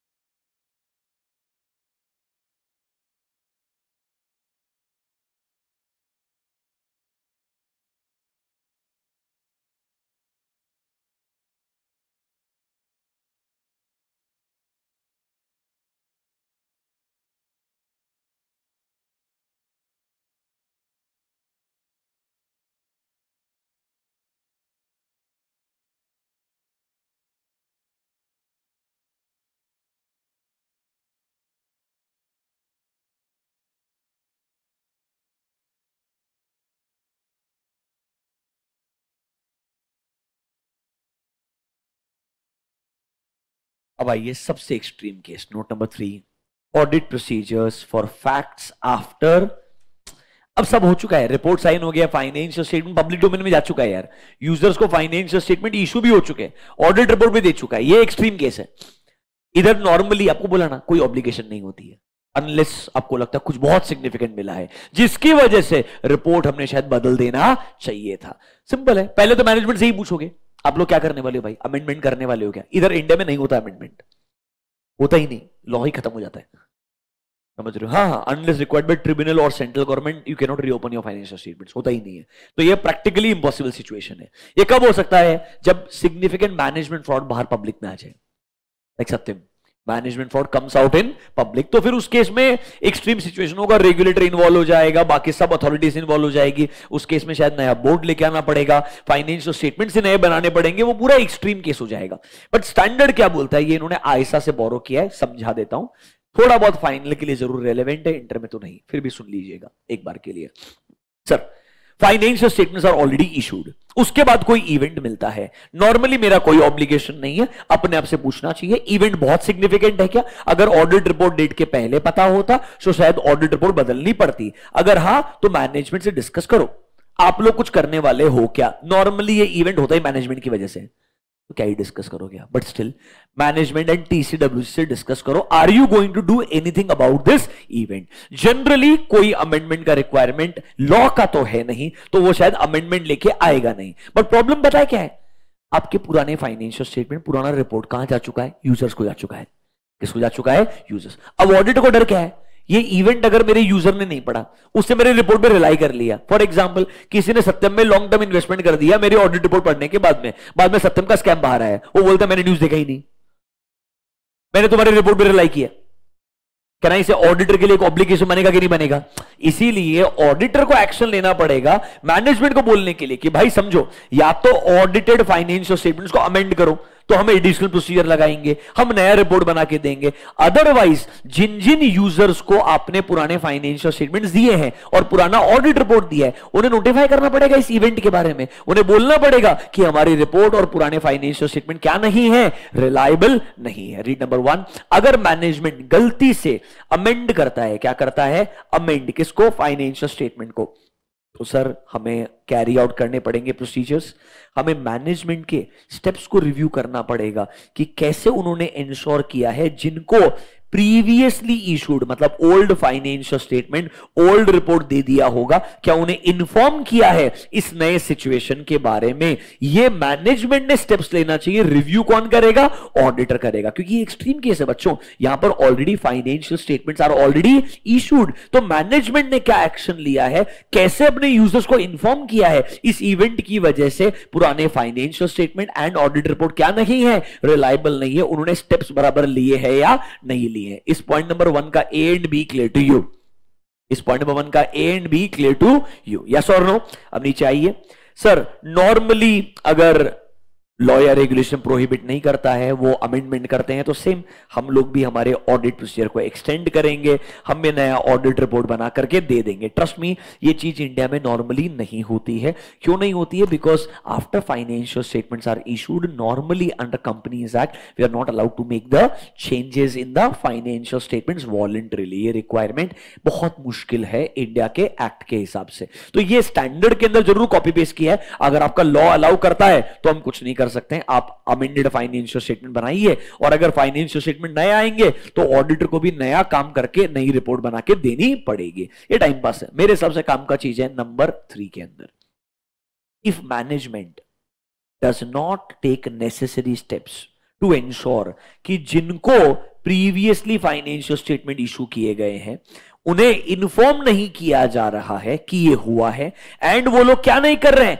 फाइनेंशियल स्टेटमेंट्स को भी अमेंड नहीं कर रहे हैं, जो ऑडिटर को लगता है शायद अमेंड होने चाहिए, तो ऑडिटर ने नोटिफाई करना चाहिए मैनेजमेंट एंड टीसीडब्ल्यूजी को, दैट वो चाहेगा आप अपने सारे यूजर्स को इन्फॉर्म करें कि ना तो पुराने वाले फाइनेंशियल स्टेटमेंट्स रिलायबल है, ना हमारी ऑडिट रिपोर्ट रिलायबल है। अगर आप लोग ये एक्शन नहीं लेंगे तो ऑडिटर को क्या लेना पड़ेगा? अप्रोप्रिएट एक्शन लेना पड़ेगा। इट्स बेसिकली लीगल ओपिनियन लेना पड़ेगा कि भाई हम कैसे कंपनी के मैनेजमेंट के अगेंस्ट जा सकते हैं कि मैनेजमेंट अभी यूजर्स को मिसगाइड करने का ट्राई कर रहा है, जबकि ऑडिटर मैनेजमेंट को इंटिमेट कर चुका है इस इवेंट के बाद में आपके नंबर्स रिलायबल नहीं है, इस इवेंट के बाद में हमारा रिपोर्ट रिलायबल नहीं है। वो चाहेगा मेरी रिपोर्ट पे जो मैंने पहले इशू करके दी थी उस पर रिलाय ना किया जाए, इसके लिए उसने बेस्ट पॉसिबल एक्शन लेने चाहिए। इंडिया में नॉर्मली प्रोसेस यही होगा। क्या प्रोसेस होगा सुनिएगा। सर सबसे पहले मैनेजमेंट से डिस्कस करूंगा इस सिचुएशन से आप लोग कैसे डील करने वाले हैं। फॉर्मेलिटी के लिए पूछूंगा, are you going to amend the financial statements? Normally they don't, but I believe ये इवेंट इंपॉर्टेंट है, सिग्निफिकेंट है। उन्हें बोलूंगा जो जो आपके यूजर्स हैं जिनको आपने पुराना फाइनेंशियल स्टेटमेंट दिया है, पुरानी ऑडिट रिपोर्ट दी है, उन्हें नोटिफाई कीजिए ऐसा सिचुएशन अराइज हुआ है, वो फाइनेंशियल स्टेटमेंट पे भी रिलाई नहीं करना चाहिए एंड हमारे ऑडिट रिपोर्ट पे भी रिलाई नहीं करना चाहिए। मैनेजमेंट एक्शन लिया कि नहीं लिया ये ऑडिटर रिव्यू करेगा। अगर मैनेजमेंट इस बात को नहीं मानता है तो ऑडिटर को एक्शन लेना पड़ेगा, उसको लीगल ओपिनियन के लिए जाना पड़ सकता है। Is this clear to you? अगर मान लो उन्होंने बोला हम फाइनेंशियल स्टेटमेंट अमेंड करने को तैयार है, तुम नया ऑडिट रिपोर्ट बना करके दो, एडिशनल प्रोसीजर लगाओ, फिर आपका नया रिपोर्ट और हमारे नए फाइनेंशियल स्टेटमेंट्स को वापस से भेजा जाएगा यूजर्स को, तो बराबर है, हम हमारे ऑडिट प्रोसीजर को एक्सटेंड करेंगे, नया रिपोर्ट बनाएंगे, फिर नए फाइनेंशियल स्टेटमेंट एंड नए रिपोर्ट किसको दिए जाएंगे? यूजर्स को दिए जाएंगे। ये जनरली इंडिया में नहीं होता है। फर्स्ट कैटेगरी जो है वो लॉजिकल है। Is this clear to you? समझा क्या? एक्सट्रीम सिचुएशन है, I do understand, but still थोड़ा फाइनल के पॉइंट ऑफ से आपको पता होना चाहिए। सर सब्सिक्वेंट इवेंट शुरू कहां से होता है? बैलेंस शीट डेट के बाद। पहला वाला खत्म कहां हो जाएगा? ऑडिट रिपोर्ट डेट के पहले। दूसरा वाला facts known after audit report date, उसमें भी before financial statement issued date में एक सिचुएशन आएगी and after financial statement issued date में सेकेंड सिचुएशन आएगी। एक चीज हमेशा ध्यान रखना, जब ऑडिट रिपोर्ट डेट हो चुका है उसके बाद में अगर मैनेजमेंट फाइनेंशियल स्टेटमेंट को अमेंड करता है, अगर करता है तो हमें एडिशनल प्रोसीजर लगाने पड़ेंगे और हमें नई रिपोर्ट ही देनी पड़ेगी या एग्जिस्टिंग रिपोर्ट को अमेंड करना पड़ेगा। और जब ये नई रिपोर्ट देंगे ना तो हमें हमारे ऑडिट रिपोर्ट में ईओएम या ओएम में रेफरेंस भी देना पड़ेगा, depending upon what matter we want to highlight, कि भाई ये मैटर पहले नहीं मिला था, बाद में मिला, उसका ये सिचुएशन आया, वो हमें हाईलाइट भी करना पड़ेगा। पर हमारी नई रिपोर्ट जानी चाहिए। अगर नई रिपोर्ट नहीं गई है तो हमने इंश्योर करना चाहिए हमारी पुरानी रिपोर्ट पे यूजर्स ने रिलाय नहीं करना चाहिए। इसके लिए मैनेजमेंट एक्शन लेगा, हम उन्हें इंटिमेट करेंगे। वो ढंग से काम नहीं करता है तो फिर आप क्या लेंगे? लीगल ओपिनियन लेकर के अपने हिसाब से अप्रोप्रिएट एक्शन लेंगे। Is this clear to you? समझा क्या? कोई डाउट है? कुछ नहीं, एक्शन पब्लिक डोमेन में जाकर के आपको नोटिस देना पड़ता है that as a auditor of this company ये पूरा ओवरऑल सिनेरियो था, हमने ये ओपिनियन एक्सप्रेस किया था, हमारे ऑडिट रिपोर्ट डेट का ये है नंबर, हम मैनेजमेंट से इस दिन ही रिक्वेस्ट कर चुके हैं, मैनेजमेंट के साइड से कोई रिस्पांस नहीं आया है या अप्रोप्रिएट रिस्पांस नहीं आया है, तो पब्लिक डोमेन में बोलना चाहेंगे हमारी ये रिपोर्ट इस कंपनी के लिए रिलायबल नहीं है, kindly do not make any decision around this. Generally management खुद एक्शन लेता है, मैनेजमेंट एक्शन नहीं लेगा तो उनके कॉर्पोरेट गवर्नेंस पे डाउट आ जाएगा। जनरली मैनेजमेंट बहुत अच्छा होता है, वो खुद आके बोलता हमने फ्रॉड किया, सत्य, तभी ऐसा पता चलता है, otherwise you don't really get to know about this. इस 560 क्लियर टू यू? थोड़ा ज्यादा हो गया बट स्टिल मुझे लगता है आपको ये आना चाहिए था।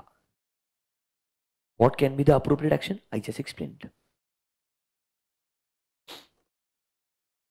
एग्जाम पॉइंट ऑफ व्यू से कुछ चीजें मार्क करवाता हूं।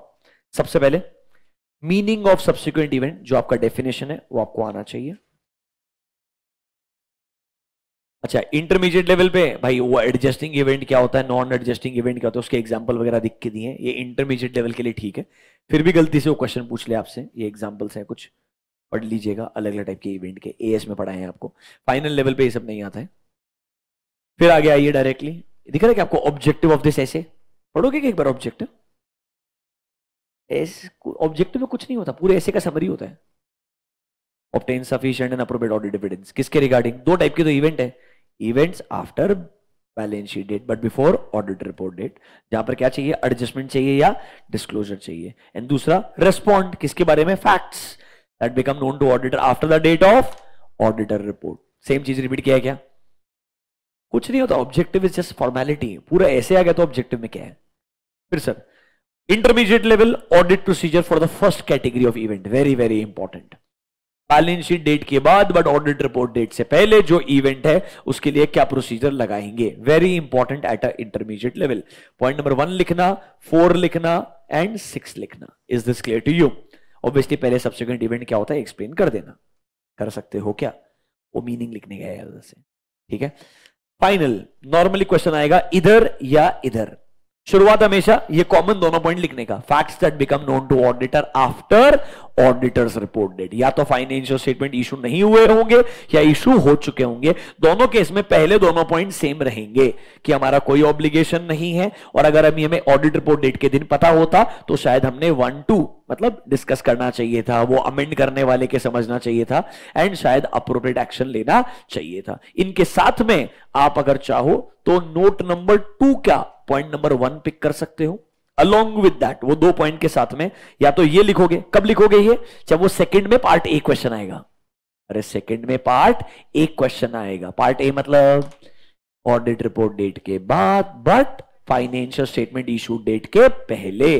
तो आप पहले 2 पॉइंट तो लिखोगे लिखोगे as it is, third point ये ऐड कर सकते हो। Is this clear to you? Similarly एक क्वेश्चन अलग से आ सकता है, audit procedure after financial statements are issued. इधर भी आपको पॉइंट नंबर 1 का ए एंड बी आना चाहिए एंड पॉइंट नंबर 3 आना चाहिए। 3 एंड 4 दोनों सेम ही है, वो आपको जस्ट रीड करके पता होना चाहिए।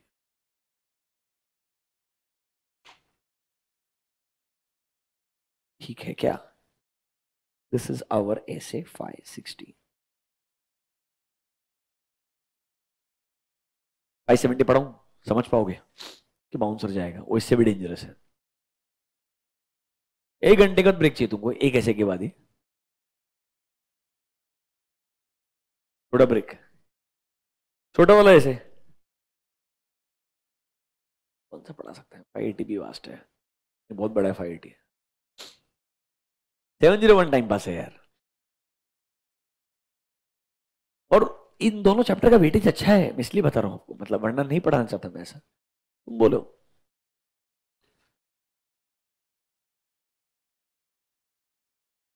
चलिए 560 खत्म हो गया। अब नेक्स्ट पढ़ते हैं एसे 701। छोटा सा एसे है बट ऑब्वियसली इंटर फाइनल दोनों में काफी फ्रीक्वेंटली क्वेश्चंस पूछते हैं। इंटरेस्टिंग ऐसे है, डिटेल में पढ़ाएंगे आपको। Same this SA is again common as it is for inter as well as final. आपको दोनों डिटेल में पढ़ा देंगे, दोनों लेवल के लिए आपका काम हो जाएगा। कल हम ऑब्वियसली 570 डिस्कस करने के लिए जाएंगे, आज वो 570 नहीं हो पाएगा क्योंकि वो डिटेल में है। Let's go to 701। The name is key audit matter paragraph. The name is called as key audit matter paragraph. Let me give an overview first. पहले ये ऐसे क्या बोलता है, फिर हम एग्जाम पॉइंट ऑफ व्यू से डिस्कशन करेंगे। देखिए इन्होंने जब ऑडिट रिपोर्ट का फॉर्मेट चेंज किया तो इस बार उन्होंने बोला ऑडिट रिपोर्ट में आपके पास पहले थे 2 paragraph, emphasis of matter paragraph and the other one was your other matter paragraph. इन दोनों के अलावा एक और पैराग्राफ इंक्लूड करने के लिए बोला जिसका नाम बना दिया की ऑडिट मैटर पैराग्राफ। करंटली ये इंडिया में लिस्टेड कंपनीज का जब हम ऑडिट करते हैं उनके लिए बाय डिफॉल्ट एप्लीकेबल होता है। अदर एंटिटीज में इफ लॉ या रेगुलेशन का रिक्वायरमेंट है, like for example government company का ऑडिट कर रहे हो, सीएजी चाहता है कैम इंक्लूड करो तो आपको इंक्लूड करना पड़ सकता है। अदरवाइज जो करंट एप्लीकेबिलिटी है वो किसके लिए है? लिस्टेड कंपनीज के लिए है। ये क्या बोलता है सुनिएगा, ऑडिट के दौरान during the course of audit जो भी आपको सिग्निफिकेंट मैटर्स या इंपॉर्टेंट मैटर्स मिले थे जिनसे आपने डील किया है एंड आपको लगता है मेरे यूजर्स को ये मैटर्स के बारे में पता होना चाहिए। सो सर ये जो कैम है ये ब्रॉडर कॉन्सेप्ट है, इसमें कोई 1-2 मैटर नहीं, बहुत सारे मैटर्स आ सकते हैं। क्योंकि ये क्या बोलता है, पूरे ऑडिट के दौरान जो जो आपको सिग्निफिकेंट मैटर्स मिले, जो आपको लगता है आपके ऑडिट में सबसे इंपॉर्टेंट मैटर्स थे। अब याद करो हम बहुत सारे मैटर्स कम्युनिकेट करते हैं टू टीसीडब्ल्यूजी मैनेजमेंट ऐसे 260, तो इनमें से ही कुछ मैटर्स जो आपको लगते हैं सबसे सिग्निफिकेंट थे आपके ऑडिट के दौरान, उनको आप एज अ की ऑडिट मैटर अपने ऑडिट रिपोर्ट में इंक्लूड कर सकते हो। डेफिनेशन सिंपल है, ऑडिटर के जजमेंट में पूरे ऑडिट के दौरान जो भी सिग्निफिकेंट मैटर्स आपको मिले, जो आपको लगता है सबसे सिग्निफिकेंट थे, हाईली इंपॉर्टेंट थे ऑडिट में, उन्हें आप कैम के अंदर इंक्लूड कर सकते हो। रिमेंबर ये मैटर्स उनमें से ही कुछ मैटर्स हैं जो मैटर्स हमने नॉर्मली टीसीडब्ल्यूजीएन मैनेजमेंट को पूरे मैटर्स कम्युनिकेट करने चाहिए under SA 260। I would have communicated 15 matters to TCWG management, उनमें से कुछ 3-4 मैटर मेरे कैम में आ सकते हैं। डेफिनेशन पढ़िएगा 701 का कैम का डेफिनेशन क्या है। Number 1, those matters that in auditor's professional judgement were of most significance in the audit of financial statement. मतलब इस साल के ऑडिट के दौरान जो सबसे सिग्निफिकेंट मैटर आपको लगे थे, क्या आप उन्हें कैम में इंक्लूड कर सकते हैं? हाँ। किसके जजमेंट पे डिपेंडेंट है? ऑडिटर के जजमेंट पे। Key audit matters are selected from those matters which we communicate to TCWG under SA 260। जो हम उन्हें कम्युनिकेट करते हैं ना, उनमें से ही कुछ मैटर्स को सेलेक्ट करके क्या किया जाता है कि ऑडिट मैटर में इंक्लूड किया जाता है। अब 2 मिनट के लिए मैं आपको एक एग्जांपल दिखाता हूं, बहुत डिटेल में नहीं जाऊंगा, फास्ट ट्रैक रिवीजन है ये, सिर्फ एक छोटा सा एग्जांपल जिससे आपको समझ जाए कि की ऑडिट मैटर क्यों हमें इस तरीके से लिखने की जरूरत है। आइए, बहुत सारे ऑडिट रिपोर्ट्स पीछे अटैच रहेंगे, कोई भी एक रिपोर्ट निकाल लीजिएगा। लेटेस्ट जो रिपोर्ट्स रहेंगे वहां पर आपको की ऑडिट मैटर मिलने ही वाला है। We can go to RIL का audit report. This is the RIL audit report. Opinion, basis for opinion, you will see a heading called as key audit matters. अब नोटिस करेंगे बहुत सारे मैटर्स आपके की ऑडिट मैटर का part बन सकते हैं। Like it's like an example, number 1, 2, 3, 4, ऐसे बहुत मैटर्स मिलेंगे। हर मैटर का अपना एक सब हेडिंग होगा, हर मैटर का अपना क्या होगा? एक सब हेडिंग होगा। कि फॉर एग्जांपल ये कंट्रोल्स के बारे में बोल रहा है, एंड सुनिए, ये मैटर को एक्सप्लेन करने के साथ साथ में ऑडिटर के रेस्पॉन्सेस भी देने पड़ते हैं। पहली बार ऑडिट रिपोर्ट में मैटर तो आएगा ही आएगा, साथ साथ में इस मैटर के लिए हमने क्या ऑडिट प्रोसीजर लगाए हैं वो लिखना पड़ेगा। हमने क्या ऑडिट प्रोसीजर लगाए हैं वो लिखना पड़ेगा। ये पहली बार रिक्वायरमेंट आया है। मतलब कोई भी मैटर उसको आप एक्सप्लेन कीजिए, उसके लिए आपका प्रोसीजर क्या था उसे एक्सप्लेन कीजिए। ये आपको डिटेल में मैटर को प्रेजेंट करना होता है। जनरली पेंडिंग लिटिगेशंस हो गए या अकाउंटिंग एस्टिमेट्स जहां इन्वॉल्व होते हैं। क्या इन्वॉल्व होते हैं बच्चों? अकाउंटिंग एस्टिमेट्स, जहां पर आपका जजमेंट आता है। क्या आता है? आपका जजमेंट आता है। वो मैटर्स हो गए। आपके IT कंट्रोल्स हो गए, जहां पर हमको लगता है कंट्रोल्स आर हाईली ऑटोमेटेड, जिन्हें चेक करना बहुत जरूरी है। बैंकिंग कंपनी है, कोर बैंकिंग सोल्यूशन वाला पार्ट आएगा ही आएगा। आपका let's say non performing assets, NPAs का रिकॉग्निशन, उनका प्रोविजनिंग विल बी ए की ऑडिट मैटर। पेंडिंग लिटिगेशंस हमेशा की ऑडिट मैटर का पार्ट होता है। जिधर भी आपको लगता है ना रिस्क बहुत ज्यादा था, हमको सबसे इंपॉर्टेंट मैटर्स लगे जिनको हमने काफी डिटेल में चेक भी किया, सर बाद में हमें कोई दिक्कत नहीं है, बट वो मैटर हमें ऑडिट में इंपॉर्टेंट लगा था, वो हम कहां इंक्लूड कर देंगे? कैम में। बेसिकली फाइनली मेरे ऑडिट रिपोर्ट का वैल्यू बढ़ जाएगा। आज तक मेरे ऑडिट रिपोर्ट में क्या मिलता था? Standard format, opinion, signature. आपको पता ही नहीं चलता था ऑडिटर ने चेक क्या किया है। अगर कैम में सब मैटर लिखोगे तो समझेगा ना ये मैटर इंपॉर्टेंट थे, हमने क्या प्रोसीजर लगाया वो लिखना पड़ेगा ना पहली बार। मतलब पहली बार आपको मैटर भी आइडेंटिफाई करके देना पड़ेगा एंड खुद का प्रोसीजर भी देना पड़ेगा। इससे मेरे यूजर के लिए जो ऑडिट रिपोर्ट की वैल्यू है वो बहुत बढ़ जाएगी। My report will communicate more information now to my users. इसीलिए कैम को इंक्लूड किया गया, लिस्टेड कंपनीज के ऑडिट रिपोर्ट के लिए कंपल्सरी बना दिया गया। एकदम लॉजिकल है, फेजेस बाय फेजेस में जाएगा, बाकी कंपनीज के लिए भी धीरे धीरे अप्लाई होते जाएगा। Is this clear to you? The meaning of KAM समझा क्या? चलिए आइए let's continue with the discussion on 701। आपको जब समय मिलेगा कोई भी ऑडिट रिपोर्ट निकाल करके मैटर्स पढ़ने का ट्राई कीजिएगा। In all listed companies you will find a paragraph called as key audit matter paragraph. I will go back to 701 now.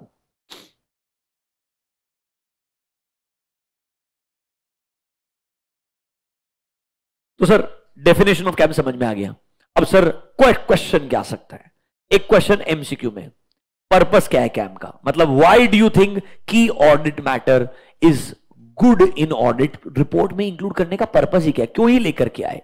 सुनिए, इससे हमारे ऑडिट रिपोर्ट का कम्युनिकेटिव वैल्यू बढ़ता है। क्या बढ़ता है? Communicative value. अब मेरे रिपोर्ट में हमारे ओपिनियन के अलावा इंपॉर्टेंट मैटर्स क्या थे, हमने उनसे कैसे डील किया, वो भी देखने को मिलेगा। So my audit report's communicative value will increase, there will be more transparency. Auditor काम क्या करता है, प्रोसीजर क्या लगाता है, ये मेरे यूजर को समझ में आएगा। पर्पस में आइए, मार्क कीजिएगा कुछ वर्ड्स को। It will increase the communicative value of audit report.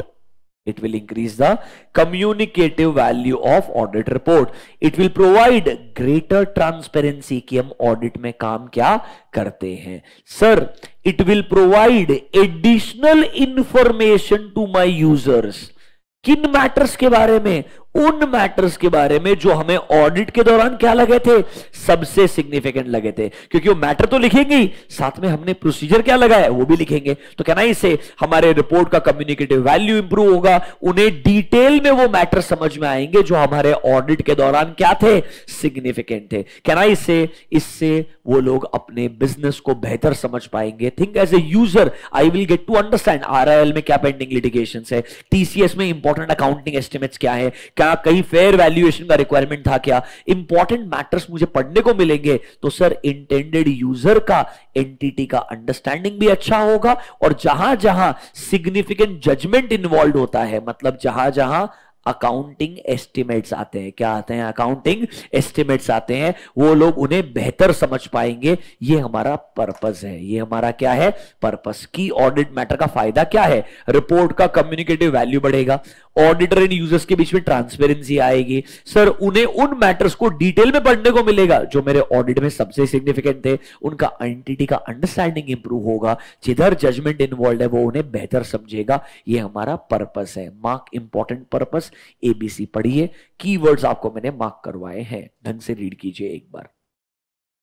Purpose of cam,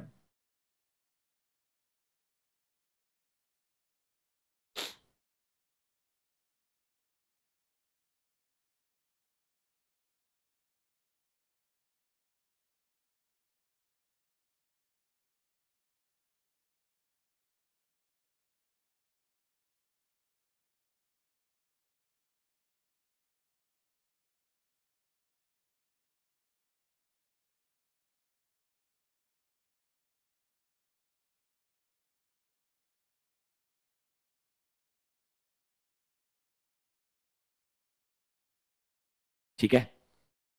फिर सर कैसे डिटरमाइन करेंगे कि कौन से मैटर स्कैम में आएंगे, ये डिटरमाइन करने के लिए पॉइंट नंबर 2 को इंपॉर्टेंट मार्क कीजिएगा। ये एग्जाम में दूसरा क्वेश्चन जो आ सकता है, पहला आ सकता है पर्पस, दूसरा आ सकता है कैसे डिटरमाइन करेंगे कौन से मैटर स्कैम में आएंगे। इसके लिए इन्होंने गाइडलाइंस दी है। जनरली वो मैटर्स जहां पे रिस्क ऑफ मटेरियल मिसस्टेटमेंट ज्यादा है, number 1 areas of high ROMM as per 315, कहना इसे जहां रिस्क ज्यादा वो कैम में आना चाहिए, यस। उसी का एक एग्जांपल जहां पर हमें लगता है अकाउंटिंग एस्टिमेट्स है, क्या है, जहां पर अकाउंटिंग एस्टिमेट्स है, ऑडिट में उसके लिए एक एसए भी है जो इंटर में नहीं है, फाइनल में आता है एसए 540, क्या आता है, SA 540, auditing of accounting estimates. देखिए सिग्निफिकेंट आपका जजमेंट इन्वॉल्व है, क्योंकि वहां पर क्या आता है, मैनेजमेंट का जजमेंट आता है। एग्जाम्पल अकाउंटिंग एस्टिमेट्स, ये आता है एसए 540 में, जहां आपको बताया जाएगा जहां पर एस्टिमेशन अनसर्टेनिटी ज्यादा है। एग्जांपल पेंडिंग लिटिगेशन है, अब पेंडिंग लिटिगेशन में हम हारेंगे, अगर हारेंगे तो कितना ऑब्लिगेशन आएगा, ये एस्टिमेट करने की अनसर्टेनिटी क्या है, बहुत ज्यादा है। ये नॉर्मल अनसर्टेनिटी नहीं है, यहां पर हम बोलेंगे एस्टिमेशन अनसर्टेनिटी इज हाई, तो यहां पे एस्टिमेशन बहुत रिस्की है, इसीलिए हम बोलेंगे ये मैटर को कहां लिख दो, कैम के अंदर लिख दो। तो सर या तो बोल दीजिए रॉम बहुत ज्यादा है, या बोल दीजिए जहां पर जजमेंट इन्वॉल्व है एंड जजमेंट के अंदर भी there is a high estimation uncertainty, मतलब अकाउंटिंग एस्टिमेट्स है बट अनसर्टेनिटी क्या है, बहुत ज्यादा है, मतलब इसलिए रिस्क बहुत ज्यादा है, इसलिए उसे कैम में लिख दीजिएगा। इस point number A and B clear to you. Point number C पढ़िए, क्या ये सब्सिक्वेंट इवेंट है, effect of significant event or transaction that occurred during the period, मतलब subsequent event नहीं है, उल्टा ये पॉइंट याद रखना, subsequent event कैम में आता ही नहीं है। ये कौन से इवेंट्स है, इवेंट्स और transaction that occurred during the period, मतलब ये 31 मार्च के पहले जो हुए होंगे उन ट्रांजैक्शंस का बात कर रहा है। जो 31 मार्च के बाद में हुआ होगा वो कैम में नहीं आता है, वो कहां आता है, ईओएम में आता है। तो हमारे सब्सिक्वेंट इवेंट्स आते हैं कैम में, ये प्रॉपर सब्सिक्वेंट इवेंट्स आते हैं ईओएम में, माय बैड, सब्सिक्वेंट इवेंट्स आते हैं ईओएम में, एंड कैम में आते हैं सिग्निफिकेंट इवेंट्स जो ड्यूरिंग द ईयर हुए हैं, जो क्या हुए हैं, ड्यूरिंग द ईयर हुए हैं। ये एक मेजर डिफरेंस है दोनों में, इवेंट्स जो ड्यूरिंग द ईयर हुए हैं, समझा क्या। तो सर क्या क्या मैटर्स आएंगे कैम में, एबीसी, रॉम ज्यादा है, अकाउंटिंग एस्टिमेशन है, सर्टेनिटी जो estimation uncertainty that is very very high. And sir तीसरा चीज, एनी सिग्निफिकेंट इवेंट जो ड्यूरिंग द ईयर हुआ होगा वो कहां में आ सकता है, कैम में आ सकता है। सब्सिक्वेंट इवेंट होगा तो कहां जाएगा, ईओएम में जाएगा। Is this clear to you? समझा क्या? नंबर 1 पर्पस, दूसरा डिटरमाइनिंग कैम, इतना आपको आना चाहिए। अभी गुड।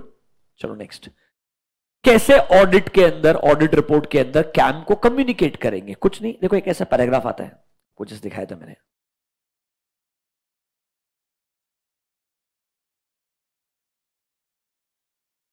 एक ऐसा पैराग्राफ आता है, हेडिंग आएगा KAM, key audit matters are those matters, definition लिखा है, that in professional judgment were of most significance in the audit. These matters were addressed in the context of our audit and we do not provide a separate opinion on these matters. मतलब इन पे modification वगैरह नहीं दे रहे हैं। लोगों को लगा पहली बार डिटेल में लिख रहे हो ना, क्या पता सेपरेट ओपिनियन दे रहे होंगे। इन पे हम सेपरेट ओपिनियन नहीं, इन पे मॉडिफिकेशन देना होता तो यहां आएगा ही नहीं, 705 में जाएगा डायरेक्टली। मतलब आपको कैम क्या होता है बताना पड़ेगा। डेफिनेशन ऑफ कैम आएगा, हमने इन मैटर्स को ऑडिट के दौरान कंटेक्स्ट, ऑडिट के कंटेक्स्ट में लिखा है, उनके दौरान एड्रेस किया है। एंड हम इन मैटर पे क्या नहीं दे रहे हैं, we do not provide a separate opinion. अगर सेपरेट ओपिनियन देना होता तो 705 में आता, ना कि कैम में। Is this clear to you? पढ़िए, प्रोवाइडिंग कैम वही लिखा, सेम चीज।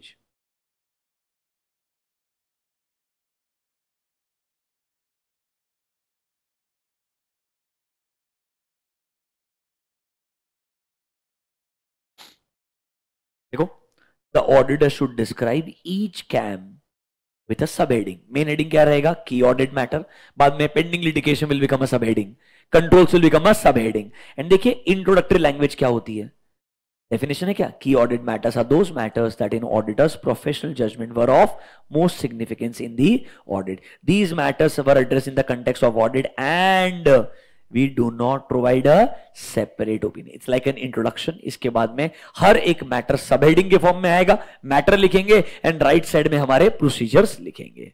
Is drafting a KAM clear to you? कोई बात नहीं, एक कैम लिखने का, डेफिनेशन लिखने का, बोलने का we do not provide a separate opinion on these matters, फिर एक सब हेडिंग लिखने का, पेंडिंग लिटिगेशन डाल दो, कंपनी के अगेंस्ट में पेंडिंग लिटिगेशन है जिसमें इतना इतना लाइबिलिटी आ सकता है। ऑडिट प्रोसीजर, हमने इंक्वायरी किया, मैनेजमेंट से उनके जो एक्सपर्ट है लीगल काउंसलर, उनको हमने कंफर्मेशन लेटर भेजा, हमने अकाउंटिंग एस्टिमेट्स का अमाउंट बराबर है कि नहीं है वो चेक करने का ट्राई किया, नोट्स अकाउंट्स में डिस्क्लोजर है कि नहीं है वो चेक किया। आपको ड्राफ्टिंग नहीं करना है, आई एम जस्ट सेइंग, पता होना चाहिए। Is that clear to you? समझा?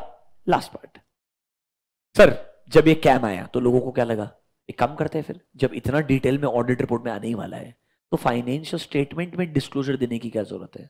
फाइनेंशियल स्टेटमेंट कौन बनाता है, मैनेजमेंट। उसमें कुछ डिस्क्लोजर आना चाहिए, किसका रिस्पॉन्सिबिलिटी है, मैनेजमेंट का। कैम किधर आता है, ऑडिटर की रिपोर्ट में। दोनों एक दूसरे को सब्स्टिट्यूट कर सकते हैं क्या? KAM is not a substitute, KAM is not a substitute for the following. Number 1, KAM is not a substitute for disclosure in financial statement, जो देना चाहिए as per applicable FRF, वो किसका रिस्पॉन्सिबिलिटी है, मैनेजमेंट का है। Can a KAM substitute your modified opinion? नहीं। अरे 705 बहुत इंपॉर्टेंट है, कभी भी की ऑडिट मैटर, क्या कोई भी मैटर 705 को सब्सटीट्यूट नहीं कर सकता। KAM is not a substitute for modified opinion, जो आएगा as per SA 705। KAM is not a substitute for SA 570 पढ़ाएंगे। अगर मटीरियल अनसर्टेनिटी होती है, कल वाले डिस्कशन में आएगा 570 में, if there is a material uncertainty related to going concern, उसका एक अलग से हेडिंग आता है, उसको कैम सब्सटीट्यूट नहीं कर सकता है। मतलब if there is a separate heading material uncertainty related to going concern, तो वो अलग से हेडिंग आएगा, की ऑडिट मैटर उसे सब्सटीट्यूट नहीं कर सकता है। मतलब KAM is not a substitute for 705, CAM is not a substitute for SA 570. It is not a substitute कि आप फाइनेंशियल स्टेटमेंट में कुछ डिस्क्लोजर मत दो, वो तो बहुत ही गलत है। फाइनेंशियल स्टेटमेंट में डिस्क्लोजर देना किसका काम है, मैनेजमेंट का। कैम किसका रिस्पॉन्सिबिलिटी है, ऑडिटर का। अब एक लाइन ढंग से पढ़िएगा, KAM is not a separate opinion. मतलब आपने जो लिखा था ना, हम जो कैम में मैटर्स लिख रहे हैं ना, उन पे हम सेपरेट ओपिनियन नहीं दे रहे हैं, क्योंकि सेपरेट ओपिनियन देना होता तो हम 705 में चले जाते। समझा क्या? ये एबीसी आपको आना चाहिए। This can be a good MCQ और अ correcting correct question.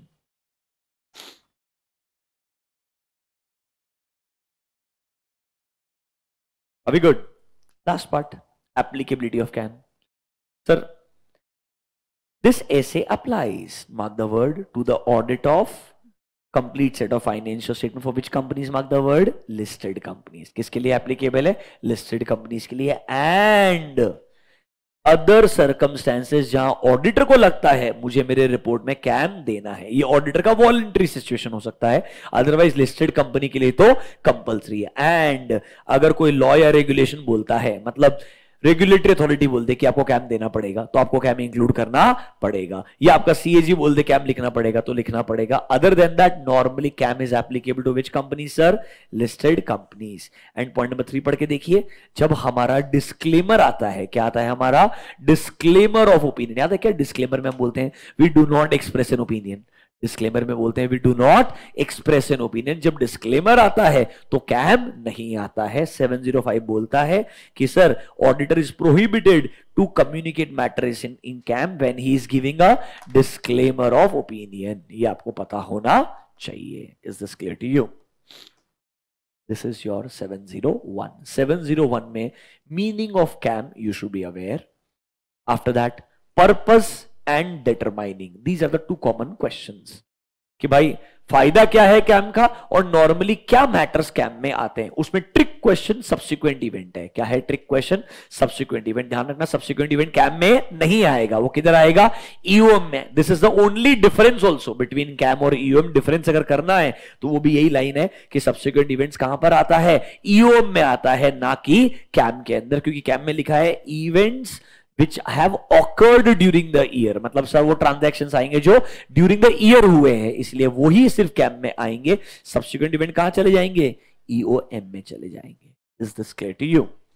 That's it. बाकी मतलब कैम अच्छा है, ऐसा कोई बहुत डिटेल में प्रोबेबिलिटी कम लगती है.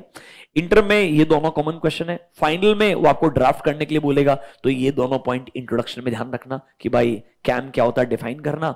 हम इस पे सेपरेट ओपिनियन नहीं दे रहे हैं. कोई भी एक एग्जांपल ड्राफ्ट करना और साथ में अपना ऑडिट प्रोसीजर लिखना. May be drafting can be asked at a final level. Is that clear to you? That's all for 701 according to me. We are done with 560 and 701 today. ठीक है, चलिए, thank you.